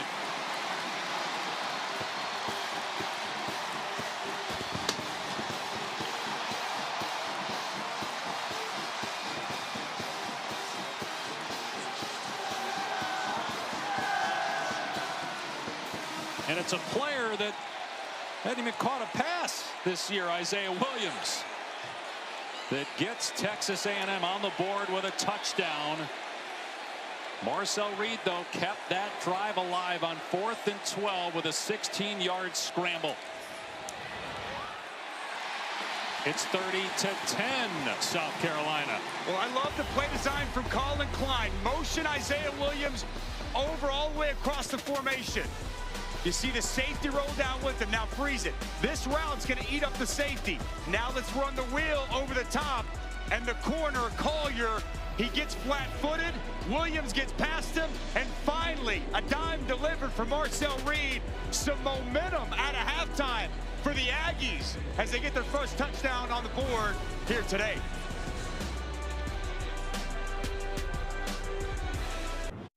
Both at 6-0. Alabama hosts Oklahoma coming up on ABC. Georgia, Ole Miss, and Texas all with one loss. Texas plays Georgia tonight on ABC. And A&M has to come back and win this game to make the SEC title game for all intents and purposes. Almost all the tiebreakers would not go their way. They also play Texas at the end of the season on Black Friday. Kickoff into the end zone for a touchback. Let's check in with Taylor. Dave, Marcel Reed showing incredible leadership here on the sideline. After that touchdown, he came to the sideline and coaches reminded him to trust himself. That's exactly what he did right here. But then following this, he gathered his entire offense up and reminded them who they are. They are Texas A&M. They're the #3 team in the country, and they want to play like it right here. He is their leader without question, and a terrific player who had a bad half, but a nice bounce back with that run on 4th down and the touchdown pass. How will Lenore Sellers respond for South Carolina? Rolling out on 1st down is Sellers, and flipping it downfield to Jaden Sellers. His brother making the catch and out of bounds for a 25-yard gain. Well, it's an excellent route here by Jaden Sellers. He's going to be on Tyreek Chappelle. And I thought Chappelle even had a little hold there. Good touch on the football from Lenore's to his brother Jake. Sellers over 200 passing yards. He did that last year in a blowout win against Texas A&M. He also rushed for 100 yards in that win over then #10 Texas A&M. That derailed the Aggie season last year. Trying to do it again in 2025. No running room to the right, so cutting it back is Fuller, and down he goes. Loss on the play of 3 with Searcy making the hit. But it's Onyedem. Watch this, Dave. Penetration kills the run game. Watch how vertical Onyedem gets up. He knocks off that puller of Stanley and helps create that tackle for loss for Searcy.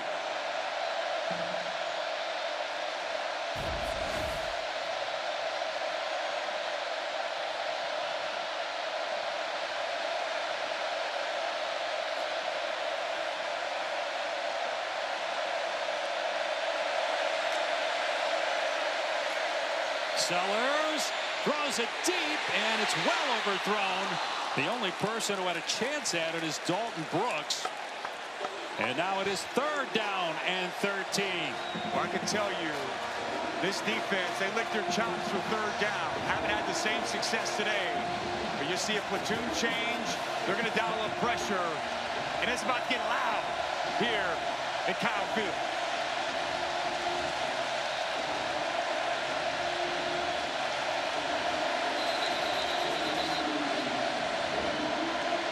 Now we've got an official timeout. Could they be discussing potential intentional grounding on that last throw? There is no foul for intentional grounding on the previous play. Okay, so you just heard that there was no intentional grounding.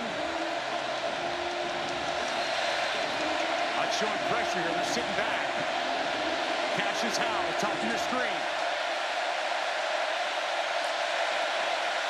They rush 4. Sellers in trouble. Steps away from pressure. Takes off. Has the first down. And then he gets to the ground at the 39-yard line. A 14-yard run on 3rd and 13. Well, you better have good pass rush lanes, and he's going to come inside. It's going to open up a hole off the right side for Lenore Sellers. Nobody able to account for that. And Lenore Sellers relies on his legs, trusts them, and what a clutch pickup on 3rd down.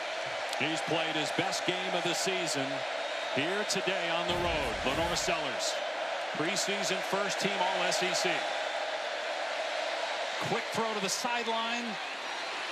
Jacobs wrapped up at the 36-yard line, a 3-yard gain.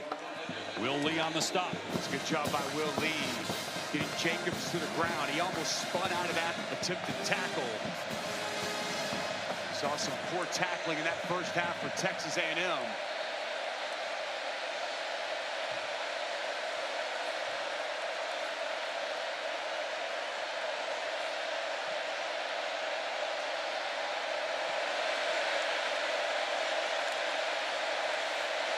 Give to Fuller. York takes him down at the 32, but that's 4 yards, so it's going to be 3rd down and short.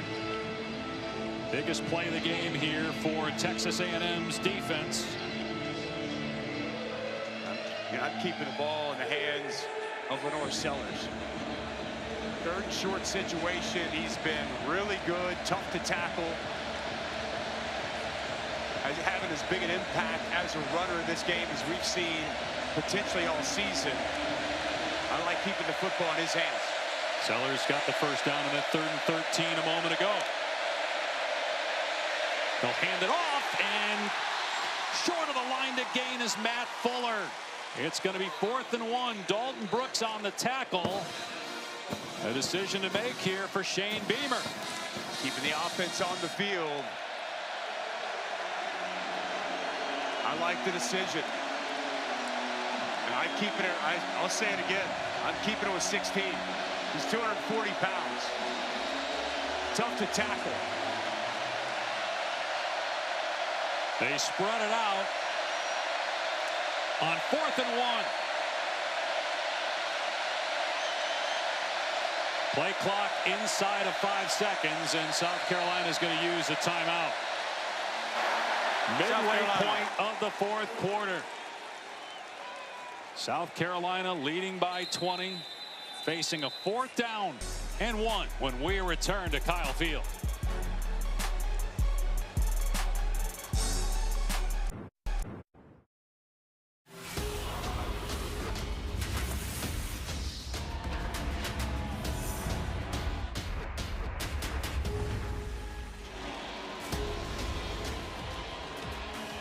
Back at Texas A&M, the national championship trophy presented by Dr. Pepper. The last time the Aggies won it was in the late 30s. Their undefeated season on the line right now, trailing by 20. The Taco Bell Live-Más Student Section, only one can claim the title. Live-Más Student Section of the year. 4th down and 1 for South Carolina at the 30-yard line of Texas A&M.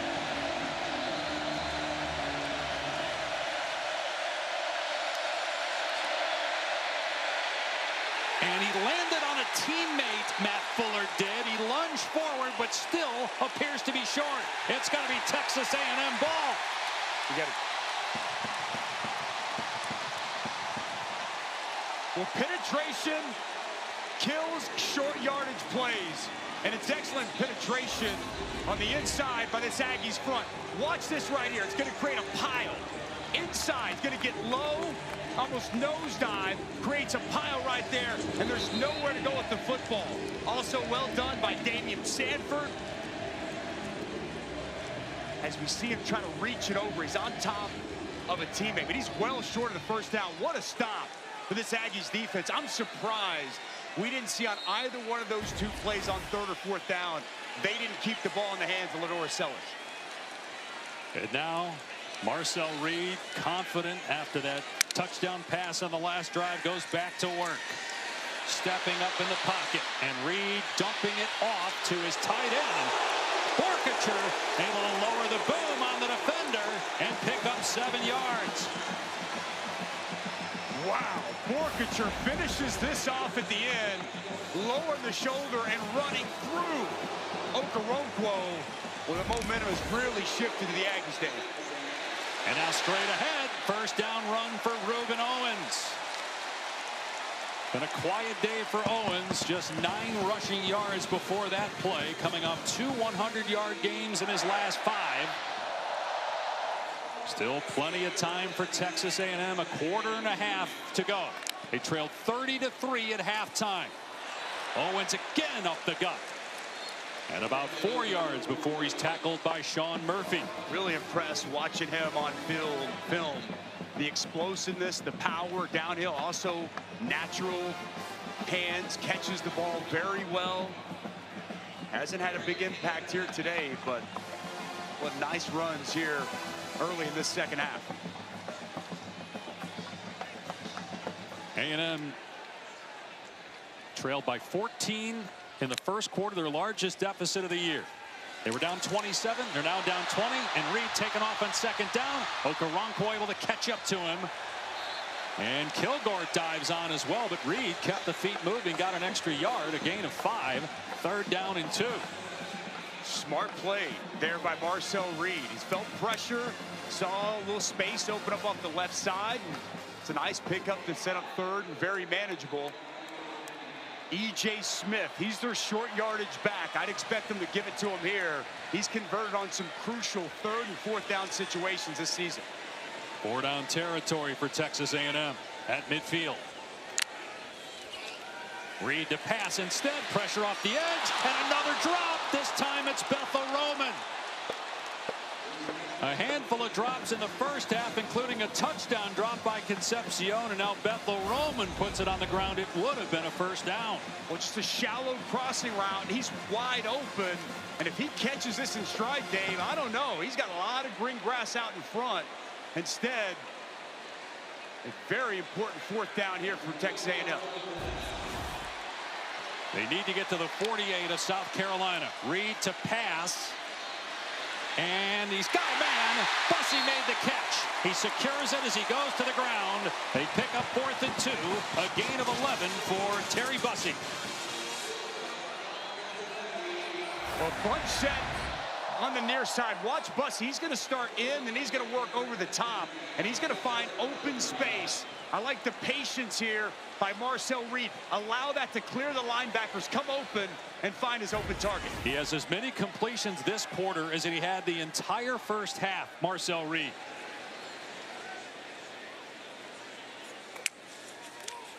Back to throw again. Stepping up, taking a shot, and it is caught! Bethel Roman, touchdown, Texas A&M!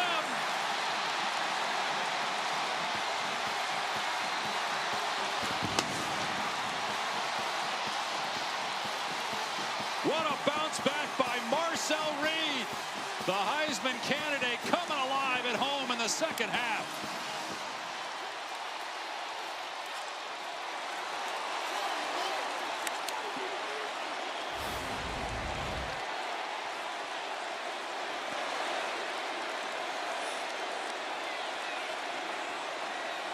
Did that ball move at all as he went to the ground and rolled out of bounds?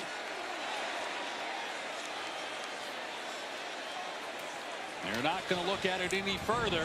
And the point after is good. And Texas A&M back within 13 with 4:18 to go in the third. Well, Peyton Williams going to be the safety. He's going to clear out and get up here. It's going to be about Swain and about the vertical here by Ashton Bethel Roman, and he never slows down. You see Bakari Swain, he's kind of flat-footed. He's waiting in zone coverage. Bethel Roman is sprinting down the field. Marcel Reed dropping dimes, and the Aggies back in this ball game.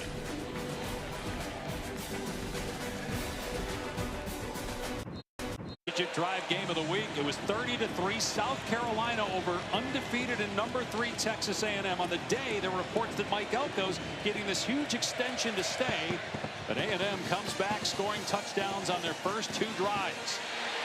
Nick Harbor on the return for South Carolina. Had an 80-yard touchdown in the first half, and a nice return here to the 35.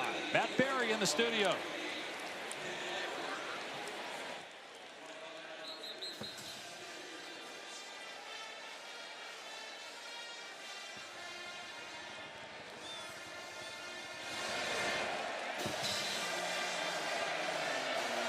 And Indiana number 2, Texas A&M number 3, and Lenore Sellers, who played great in the first half. Pressure now on his shoulders to respond. 2 touchdown passes. He had 7 the first 9 games of the year, after 18 a year ago. And the projected first-round pick will hand it off, and Faison is dropped for no gain. Tyler Onyedum with the hit. Well, Onyedum was excellent last week. He's going to work inside, then watch over the top. Sanford come as well. Onyedum is really starting to own the line of scrimmage in the second half. He's got big penetration I showed you earlier, and there he is playing in the backfield on that first down run.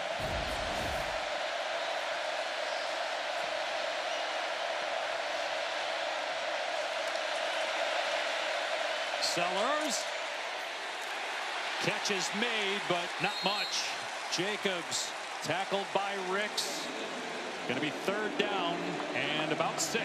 As a defense, you got to have vision on the quarterback here on 3rd down. You've got to be aware, second-level defenders, if he breaks the pocket, if he finds some space, he's going to look to run. They didn't account for that in the last drive on 3rd down. Will they here?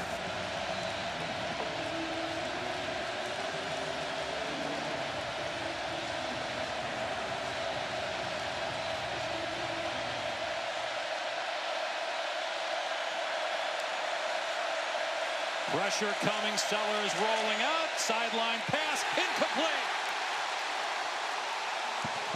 4th down and 6, and Texas A&M's going to get it back.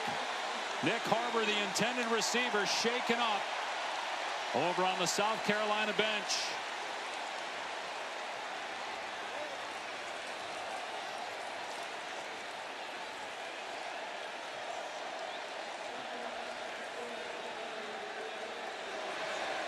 So Mason Love will punt it away. Casey Concepcion, one of the best return men in college football. 2 punt returns for touchdowns. Really hasn't had a chance yet in this game. See if Love kicks it to him or away from him. Tries to kick it away from him, and it will roll into the end zone for a touchback, just barely. Well, it's been a day for Marcel Reed. First half was about as bad as we've seen from Marcel Reed. Off target, turnovers, interceptions, missing the mark time and time again. But the second half has been a completely different story. That the first touchdown to Isaiah Williams, and on the last possession, finding Ashton Bethel-Roman up the seam. What I love to find out about players, character, Dave, what happens when you face adversity? What a response here in the second half from Marcel Reed. Got the hot hand. Everybody covered. Flag down. Reed takes off, and wow, that was tipped by Fred Johnson. See what the penalty's about. Back to your point on Marcel Reed. It's a young man that last year. Holding, number 78 on the offense. 10-yard penalty from the previous spot. Replay, first down. It's on Cron over the right tackle. But last year was battling with Connor Wigman for the starting job. Didn't have it early on, then eventually got it. But Texas A&M struggled down the stretch. Lost 4 of their last 5. There was some talk, would he even be the quarterback in 2025? And here he is, number 4. And the Heisman odds coming into this game. Brutal first half, but great response by the redshirt sophomore from Nashville, Tennessee. But now off schedule after the holding call. Back to throw off play action from his 3-yard line, and it's caught. Bethel-Roman running away from defenders. Will they catch him? They finally do as he's tripped up near the 15-yard line. He got hurt on the play. A 75-yard catch and run. And now Bethel-Roman writhing in pain. What a second half here from Ashton Bethel-Roman. And he is an explosive playmaker, as a lot of these receivers are. He's averaging over 20 yards a catch, leading this team coming into today, and puts him over 100 yards on the day. And this was a bit dangerous, Dave. You had two guys in one spot, Ashton Bethel-Roman and Casey Concepcion. But Ashton Bethel-Roman able to break coverage, show off that speed, and a shoestring tackle down the field, and they continue to tend to him down on the field. Okoronkwo saves a touchdown here because Bethel-Roman had turned down the Jets, and he was running away from defenders. And then Kilgore got enough of him to get him to the ground. Okoronkwo first, slowed him down maybe a tad, and then Kilgore with the trip up. But here's South Carolina on the 14, or A&M on the South Carolina 14-yard line, looking to get within one score, and we're still in the third quarter. When Mike Elko brought in Colin Klein, this is what he anticipated: an explosive, high-powered offense.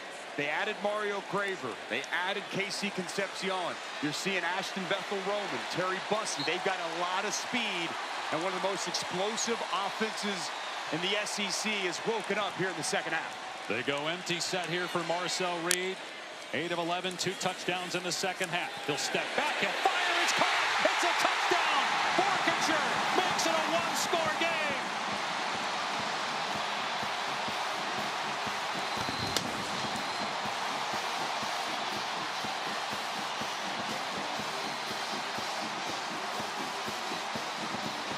Three third-quarter touchdown passes for Marcel Reed, and the Aggies are back.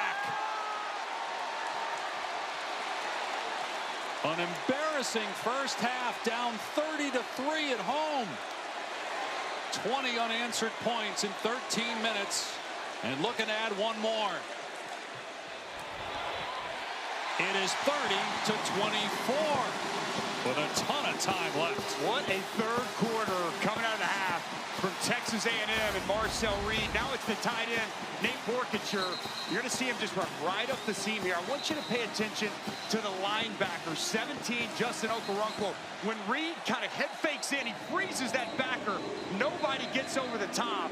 It's a wide open Borkature, and it's a walk-in touchdown for Texas A&M. I love the play design. Colin Klein, I told you coming into this game, watching this offense on film, I think he's one of the bright young offensive coordinators in college football. And boy, has he been dialing up some ball plays here in this third quarter. Some wide open targets for Marcel Reed, his third touchdown of this quarter.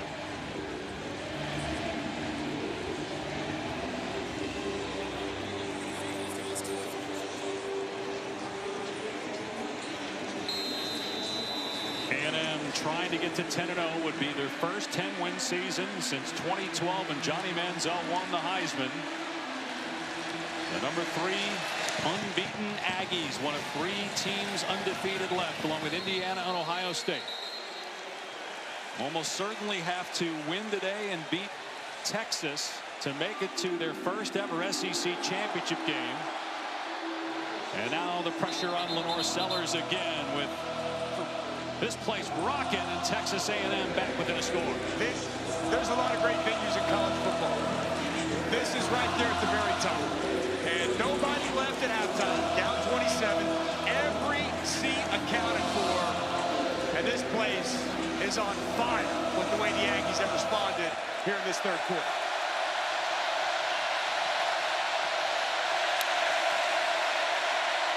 Faison pitching it on the reverse. Jaden Sellers up the field, and he gets a first down before he's knocked out of bounds. A gain of 12 to the 37-yard line. They are really using Jaden Sellers a lot. True freshman, brother of Lenoris. He was hurt. He missed the Ole Miss game, but Mike Furry calling plays today, receivers coach, giving a lot of opportunity to his talented young wide receiver. Nice job picking up that first down by Sellers.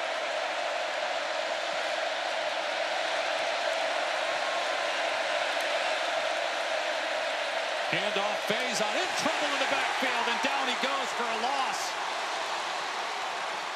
Torian York, their leader on defense. defense, 3-year starter in the backfield to greet the running back. He said yesterday, you can call me Captain Rourke, because he is the captain, he is the leader.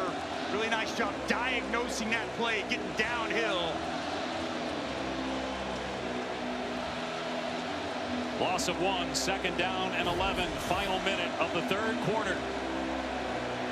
South Carolina 3-6, 1-6 in conference play. 27-point lead over the 3rd-ranked Aggies at halftime. It's down to 6. And a whistle, timeout. South Carolina, they're second. This will be a 30-second timeout. We could be heading for a close finish. Now they're down to 1 timeout for the rest of the 2nd half. But boy, as poorly as Texas A&M played in the 1st half, just a complete turnaround in the 2nd half. A ton of credit to Mike Elko, who, again, the reports are he got a huge contract extension, making one of the top 5 coaches, highest paid coaches in the country. And he should be, and it's smart to keep him regardless of the outcome of this game. He's an excellent coach. You want to keep him in College Station. But the response of this football team, I mean, it's remarkable.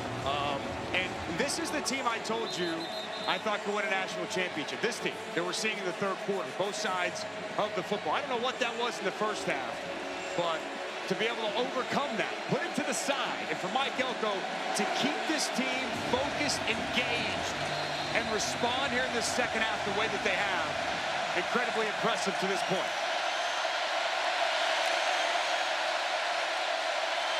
Sellers trying to get the edge, able to slip a tackle before he's drilled out of play at the 39-yard line. They're going to mark him out at the 41, so it's a 4-yard gain, 3rd and long coming up.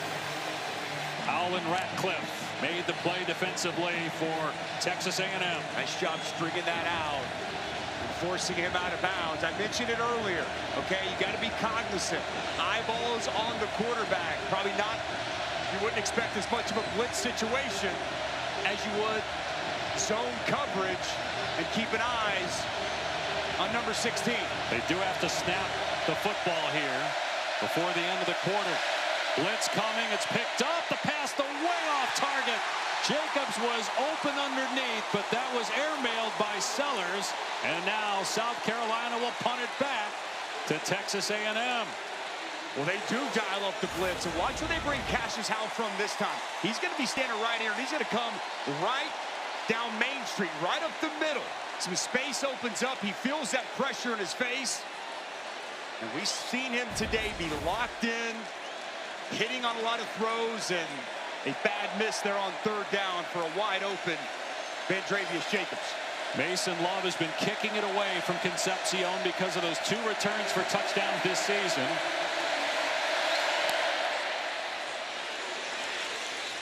And this will go over his head, heading towards the goal line. Do they stop it short? They did, inside the 1.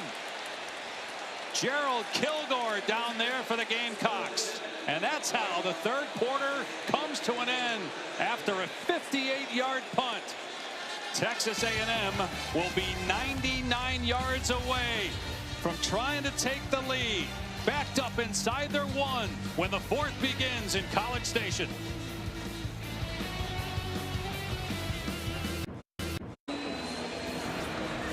Coach, you have all the momentum in this game. What has been the difference for your group here in the 2nd half? Yeah, I think we started playing a little bit more physical, a little bit more Texas A&M football. We got it back to a game. Now we got to go try to win a 4th quarter. Thank you, Coach. Dave? And Taylor, they have to go 99 yards to take the lead. Reed from the back of his end zone, backpedaling, and he hoists it over the head of his intended target, but a flag. Collier will get called for interfering with Concepcion. Reed was in trouble in the backfield.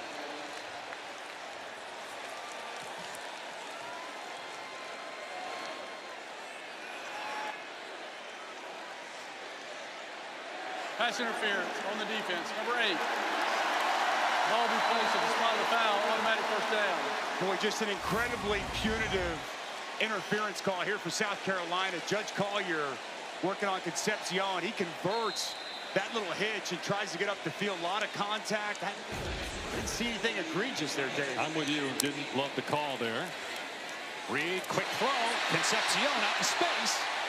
And all the way to the 24-yard line, close to a first down. Again, it was 30-3 at halftime. South Carolina was leading. Number 3, Texas A&M. But Marcel Reed with 3 third-quarter touchdown passes to pull the Aggies within 6. This drive started on their 1. And on first down, Reed over the middle. It's caught for another first down. Bethel Roman on the grab and a gain of about 15. When Marcel Reed is playing so confident, tight window throw, ball perfectly placed right there on the hands of Ashton Bethel Roman, who's been such a key piece in this second half. Straight ahead run. And Reuben Owens out to the 44. That's right there what Mike Elko was telling Taylor. You saw the physicality up front and a good hard run by Reuben Owens. And the defensive line, too. Stopping the run, getting that fourth down stop earlier. Both sides of the football. Lines of scrimmage. They're a line of scrimmage team. I mean, the name of their O-line's the Maroon Goons. One of the most veteran offensive lines, best offensive lines in the country. Starting to look like it here this half.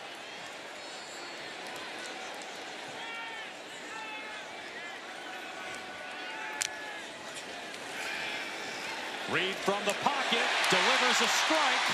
It's Isaiah Williams, just his 2nd catch of the year, 4th of his career.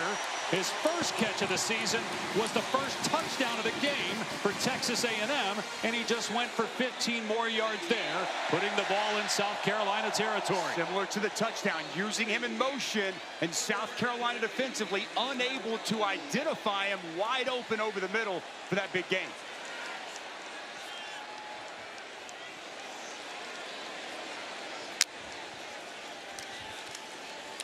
Reed with time, and you get 2 receivers in the same spot. You saw the frustration on Isaiah Williams. Looked like he was unhappy with Nyblack, as if to say that Nyblack was the one that ran the wrong route, and it's 2nd down. Yeah, Maury Nyblack, tight end, receiver, a little bit of both, and we're just going to see miscommunication here. Nyblack in the exact same spot, and there's the frustration you voiced there, Dave, from Williams. Texas A&M 9-0 for the first time since 1992. 6-0 for the first time in conference play since they joined the SEC. Back within 6.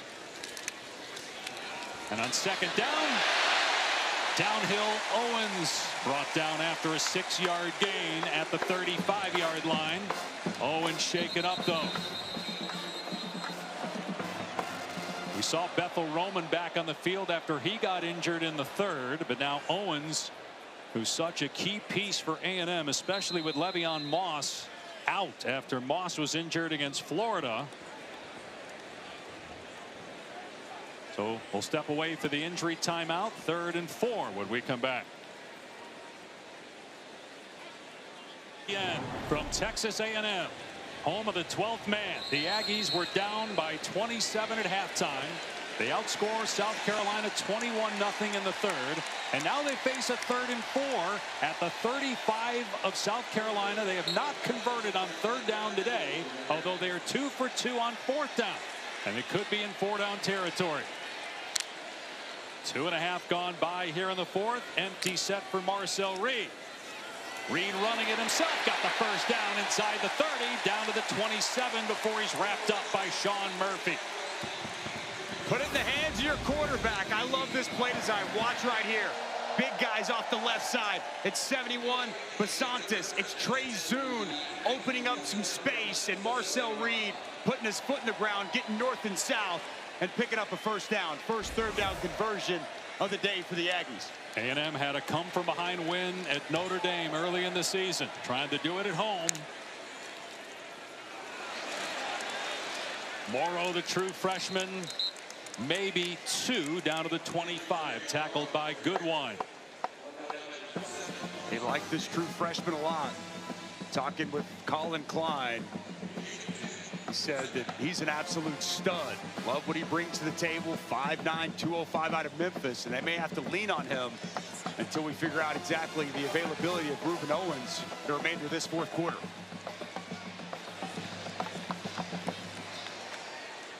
Empty set once again for Marcel Reed. Reed from the pocket, everybody covered, a flag down, Reed takes off inside the 10, touchdown! touchdown to tie the game. Again, a penalty marker is down in the backfield. And a couple of offensive linemen are really upset for Texas A&M. Holding on the offense, number 71. 10-yard penalty from the previous spot. Replay, second down. That's the left guard, Chase Basantis. I don't know about this, Dave. Watch Basantis, okay? He's going to chop the hands down of the defensive lineman, and then he's going to hold them down. I guess it's a little snatch pull down. What do you think of that? I don't know. That's pretty ticky-tack. Jerry McGinn, our rules expert, your thoughts? Yeah, I like the call. He jerks him right down. He didn't have to do it. He was in great position. That was a good call by the umpire. Okay. Now it's second down and 18 after the penalty.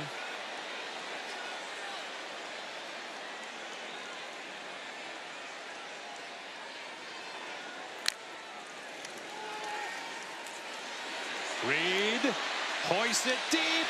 It's caught by Concepcion inside the 10. It's going to be first and goal for Texas A&M. How about the pocket presence of Marcel Reed? Watch him climb and step up in this pocket. Bodies around him, eyes down the field, good platform. You can't throw it any better on the hands of Concepcion.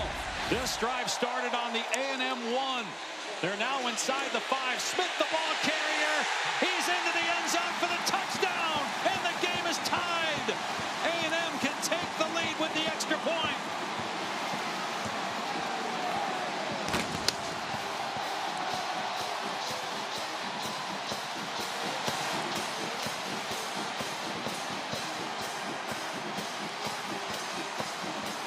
Emmitt Smith's son, EJ, the transfer from Stanford, brings Texas A&M all the way back from down 30-3 at halftime. And Marcel Reed has now thrown for 415 yards when he was hovering around 115 yards for most of the first half. Randy Bond to give the Aggies their first lead. Some movement. Penalty marker down.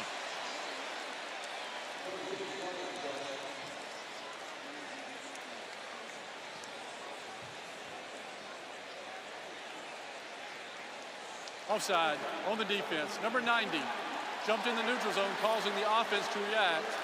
Penalty is half the distance to the goal. Replay the try. So that was on Devontae Miles.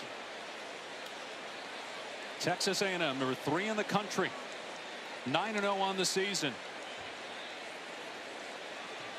Looked like the way they played in the first half, with all the mistakes they made, all the opportunities they wasted, and the way South Carolina played, that it would take a near miracle to come back. We're still early in the fourth, 10:47 to go, and with the point after, they finally take the lead. Well, these last two plays are a perfect example of this offense. It's Marcel Reed climbing the pocket, an explosive play down the field to Concepcion. Then the physicality in the running game. Watch Naboo get out. Watch Zoon come forward. And it's E.J. Smith coming down the right side off a good blocking, getting into the end zone, giving the Aggies their first lead of the day here at College Station.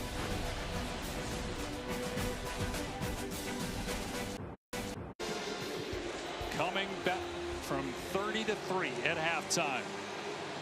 The touchdown by Borkacher to get them within 1 score in the third quarter, and E.J. Smith with the rushing touchdown just a moment ago to put A&M on top for the first time. And if the Aggies were to hold on, it would go down as one of the greatest comeback wins in SEC history.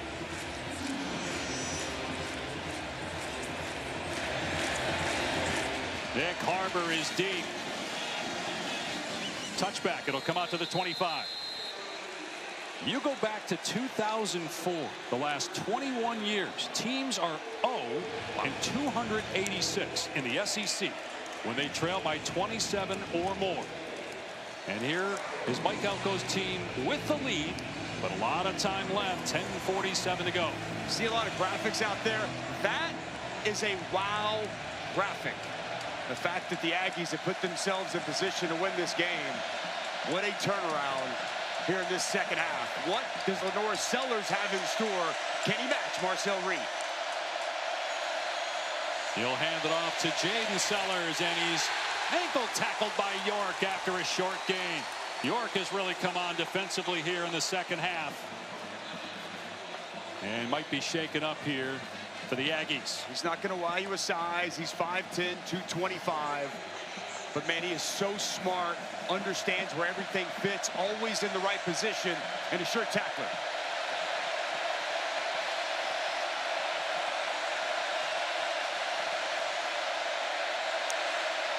Sellers to throw on 2nd and 8. Pocket collapsing. Sellers sacked.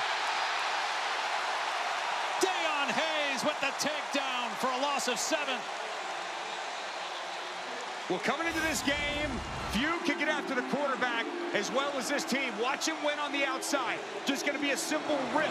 He's working on the true freshman, Surratt. Gets that rip high, continues to run the hoop, and he gets Sellers to the ground. Huge addition they brought in from Colorado, who's made the most of this last opportunity at Texas A&M.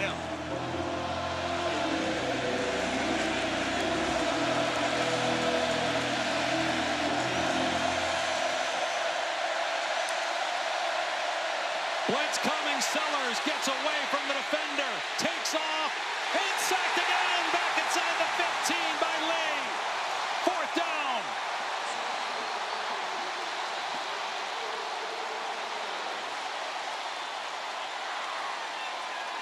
Texas A&M very much looking like the number 3 team in the country here in the second half as Sellers hobbles off the field for South Carolina. Well, listen, this year, Mike Elko took over play calling duties. Watch it on 3rd down. They're going to bring the corner off the edge to come home. They haven't showed that all day. They show it the perfect time, and a huge sack on 3rd down. Setting up the return for Concepcion on the short punt. A 2-hopper. Concepcion up the middle. And to the 46 of South Carolina. So Marcel Reed has thrown for almost 300 passing yards in the second half to bring Texas A&M back. Total yardage in the first half, 53.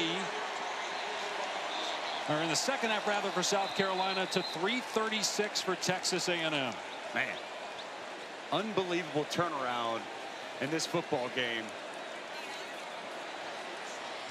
Just a tremendous response from Texas A&M.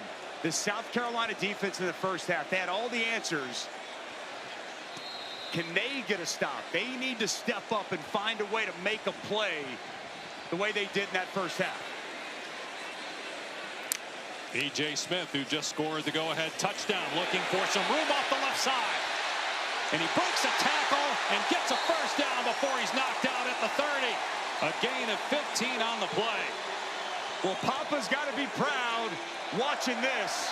E.J. Smith, just the epitome of this team, waits his turn, and when called upon, watch him lower the shoulder and run through the safety, DQ Smith. And he's carved out an important role here on this Aggies offense. The depth of this running back room really shining. Inside 8 minutes to go. A&M up 1. Smith again. Met in the hole.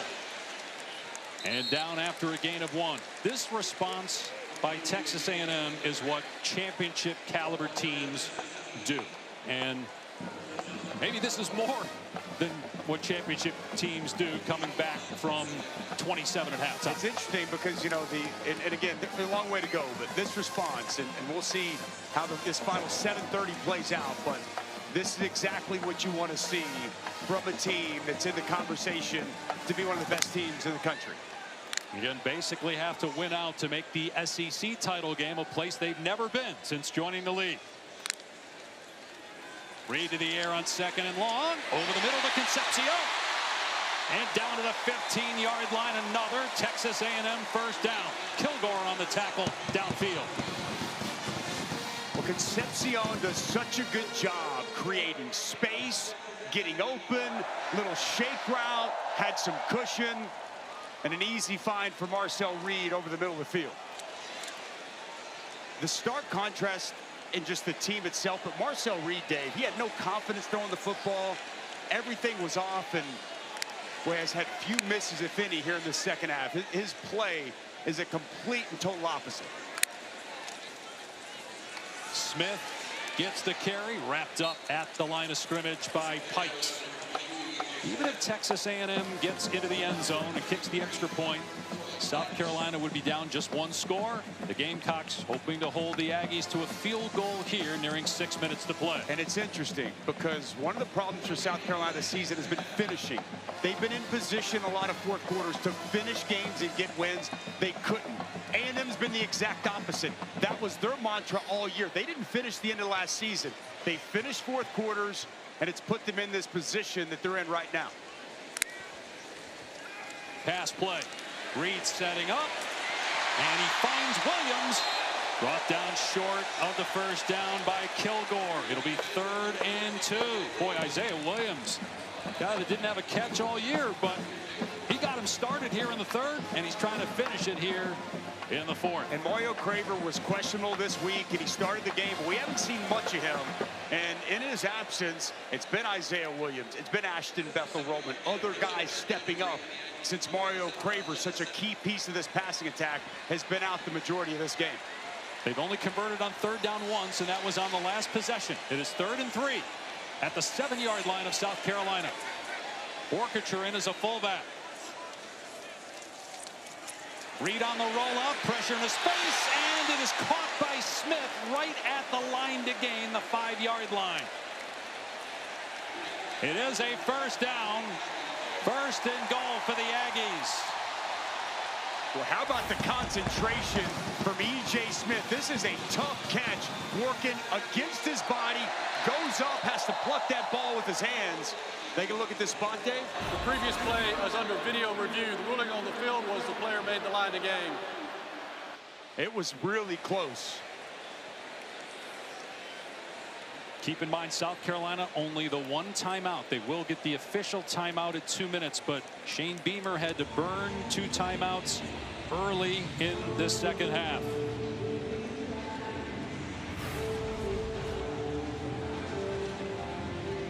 Reed with a defender in his face, threw a little high. Smith with a great catch. Where's the ball when he hits the ground? Those shadows don't help anything. Look at him. Looks like he almost stretches that ball over. It's tough to tell exactly from that spot. Good look here. Would have to be clear and obvious to overturn the ruling on the field of a first down. I mean, it is so close. Where's the elbow? Where's the ball?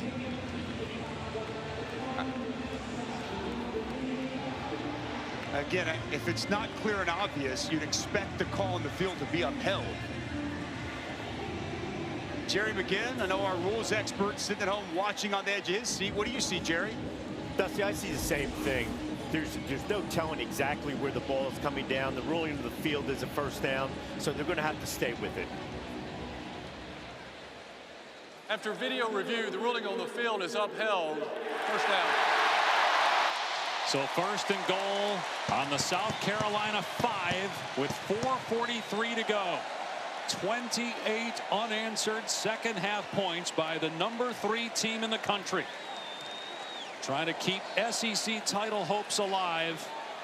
With a win here at home, they have to go to Texas. They play Samford out of conference next week. They go to Austin, ABC Black Friday at night against Texas.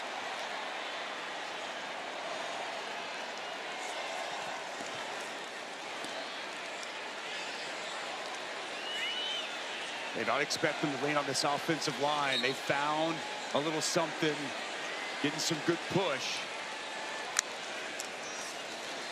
Smith straight ahead, drags, good wind down to the 1-yard line. 2nd and goal. Just good forward lean, physical running by E.J. Smith, getting better movement along the line of scrimmage for this offensive line. Really see the fatigue is set in on the South Carolina defense. Been on the field a lot in this second half and been on their heels. And again, we heard Mike Elko talk about that physicality. I expect physical running to continue to try to cap off this drive.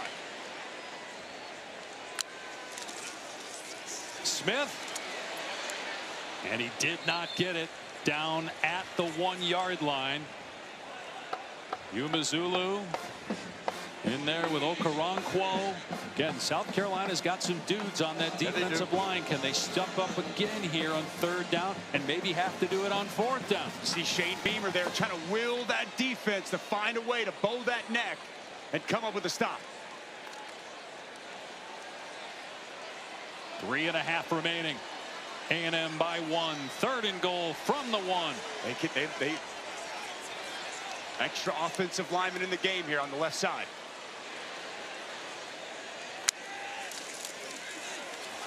Throwing it to Reed. It's behind him. The ball's loose.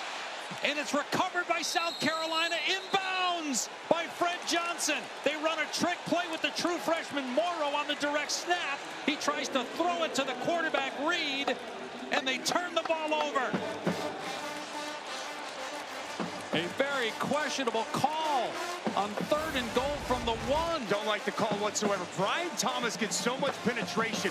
That was supposed to be a pitch initially there to the quarterback, Marcel Reed. He gets so much penetration, it spooks him. He tries to throw it, and he should have just eaten that play. But again, this is a young player in that spot, and that ball stays in bounds. Does he secure it before that right arm goes out of bounds? Jerry, what do you see there? I tell you, this is extremely close. It really appears that the right arm comes down out of bounds before he goes down to the ground. So they're going to take a look at this, and Texas A&M may get the ball back.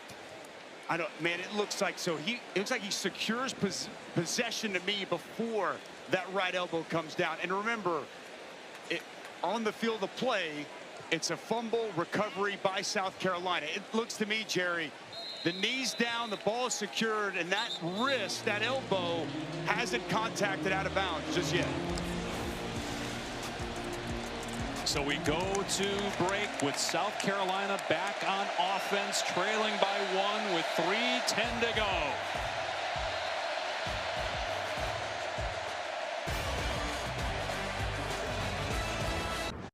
He's going to disrupt everything. You're going to see a tight end pull, tight end pull. So what? They're going to direct snap it to Morrow. He can either toss it to Reed or he can run it. When Brian Thomas Jr. gets all that penetration, the true freshman just panics. He freaks out, and he makes a very, very costly mistake throwing that ball backwards and giving the football to South Carolina. That was 3rd and goal from the 1. Expedited replay upholds the call of a recovery by South Carolina.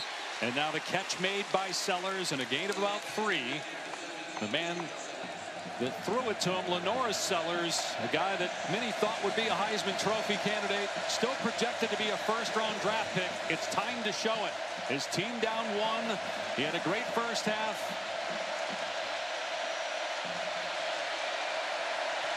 Their kicker, William Joyce, is 3 of 3 today. His long on the year is 49. Sellers on the rollout, going to throw it away. Harbor was covered well by Des Ricks near the sticks, and now it's 3rd down and 6. And again, 1 timeout left for South Carolina. They'll also get the 2-minute official stoppage. Best 3rd down defense in the country, with arguably the best home crowd in the country, is what Lenoris Sellers is facing on this important 3rd down. For the Aggies defense, you've got to be cognizant of Lenoris Sellers trying to pick this up with his legs. Timeout by Texas A&M. So the Aggies are down to 2.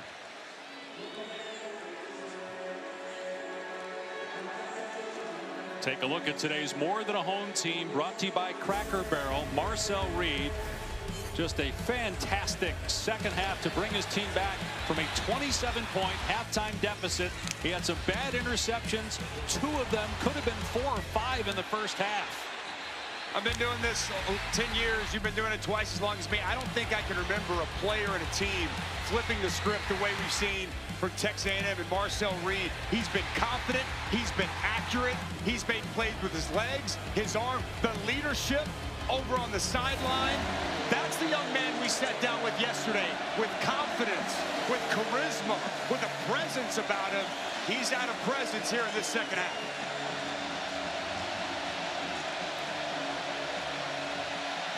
South Carolina 1 of 5 this half on 3rd down. It's in Lenora Sellers' hands, and the pass in traffic incomplete. Jacobs, the intended target, Will Lee in coverage. It is 4th down and 6. And Lenora Sellers has kind of done the opposite. He looked so good in the first half, and he has been off here in the second half. Tight coverage on the outside. He's trying to get it to Jacobs on the edge, but the coverage very good from Des Ricks on the perimeter. A little surprise here. South Carolina going for it on 4th down. Well, they do have, again, just the 1 timeout and the official 2-minute timeout.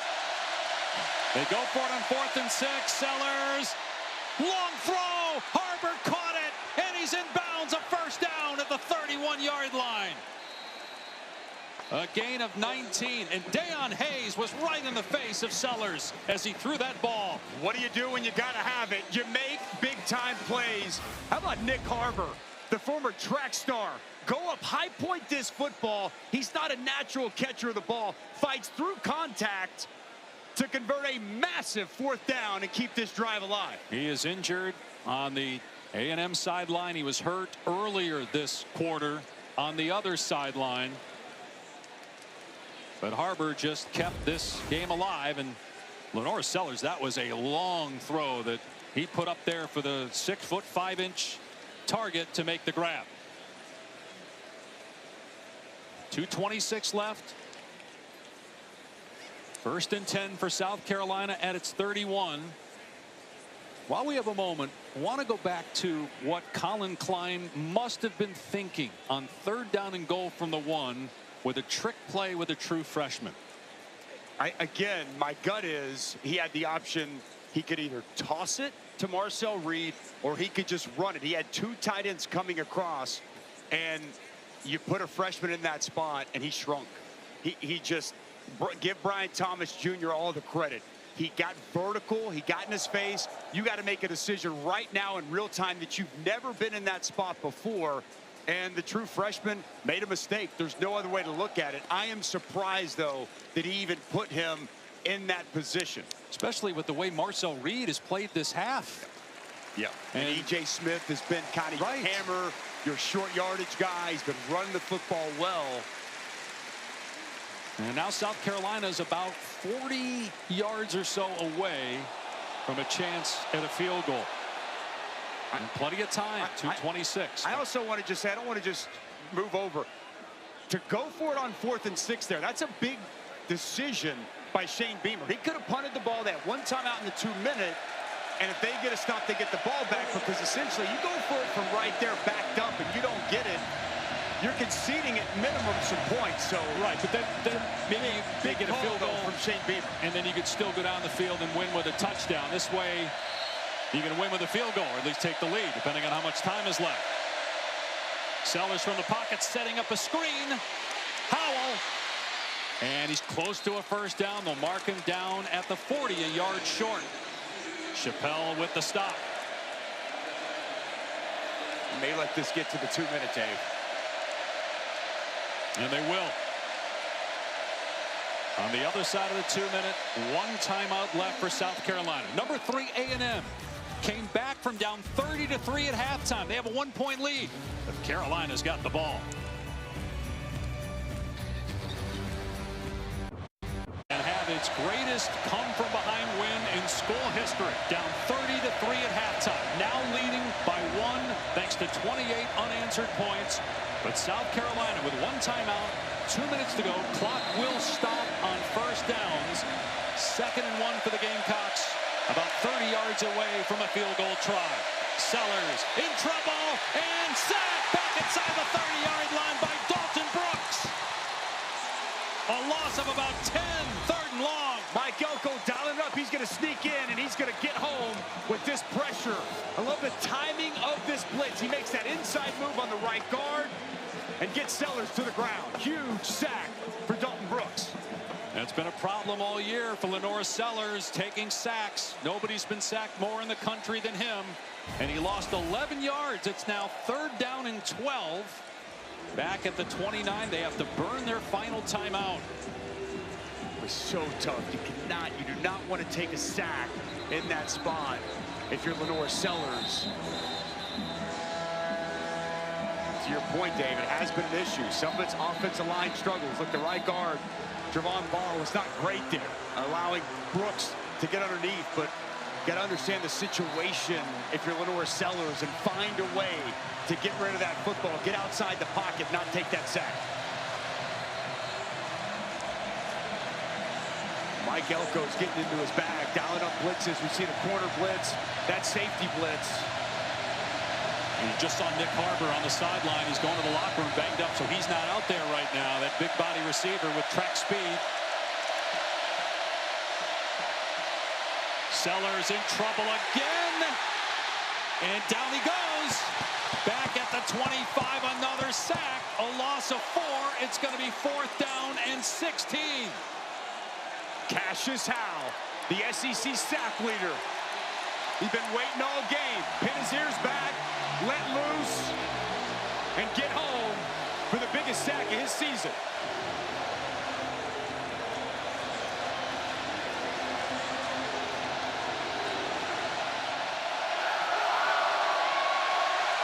This could be it for South Carolina. Blitz coming. Sellers steps up. Taking off. Down he goes. Turnover on downs. A&M a minute away from hanging on for an incredible comeback. One of the greatest we've seen in SEC history.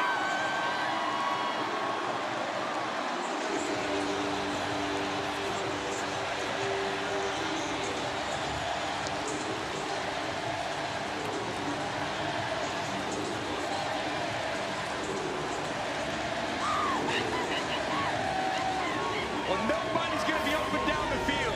And how about the way they use Cassius Howe here? Look, he's off the edge. He's going to sit back. And as Lenore Sellers breaks to the right, he's in perfect position. But the routes down the field, as there's nobody open. Lenore Sellers waiting, double coverage over the middle. And it's Cassius Howe who has answered the bell time and time again for this defense. With the final 2 stops to complete the biggest comeback in program history. One more knee and it's over. Texas A&M will go to 10-0 for the first time since they were 12-0 in the regular season back in 1992. It'll be their first ever 7-0 start in SEC play. Their last conference game after they play Samford next week will be in Austin against Texas. Black Friday night on ABC.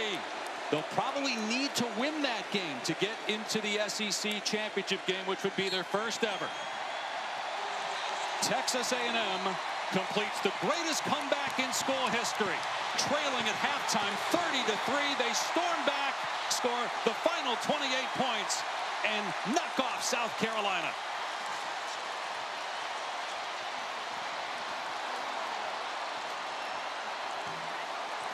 You find out a lot about a team when they face adversity. This team going into the half, down 27, making mistakes, getting outplayed in every fashion to respond in this way.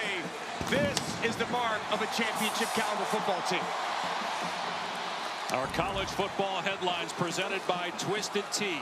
So if A&M with the win today, they have a 55% chance to make the SEC title game again. That Texas game, it'll come down to that. Mike Elko right now standing by with Taylor. Thank you, Dave. Coach, you just completed the biggest comeback in the history of Texas A&M. What characteristics does a group have to pull off what they just did? Yeah, I think unbelievable grit, unbelievable togetherness. They obviously got to play really bad to start the game. That starts it, but they don't blink. They don't. We've been in a lot of these situations. We found ways to find wins. No one panicked on our sideline, and man, we just made a heck of a lot of plays in the second half. Thank you, Coach. Thank you. Dave? And it was Marcel Reed. Just a spectacular second half. Elko hugging his quarterback after just an incredible, fascinating second half here in College Station as number 3 A&M stays unbeaten with the win over South Carolina. For Dusty Dvorak, Taylor McGregor, Dave Pasch saying so long from College Station. Thank you for watching this presentation of the Southeastern Conference on ESPN.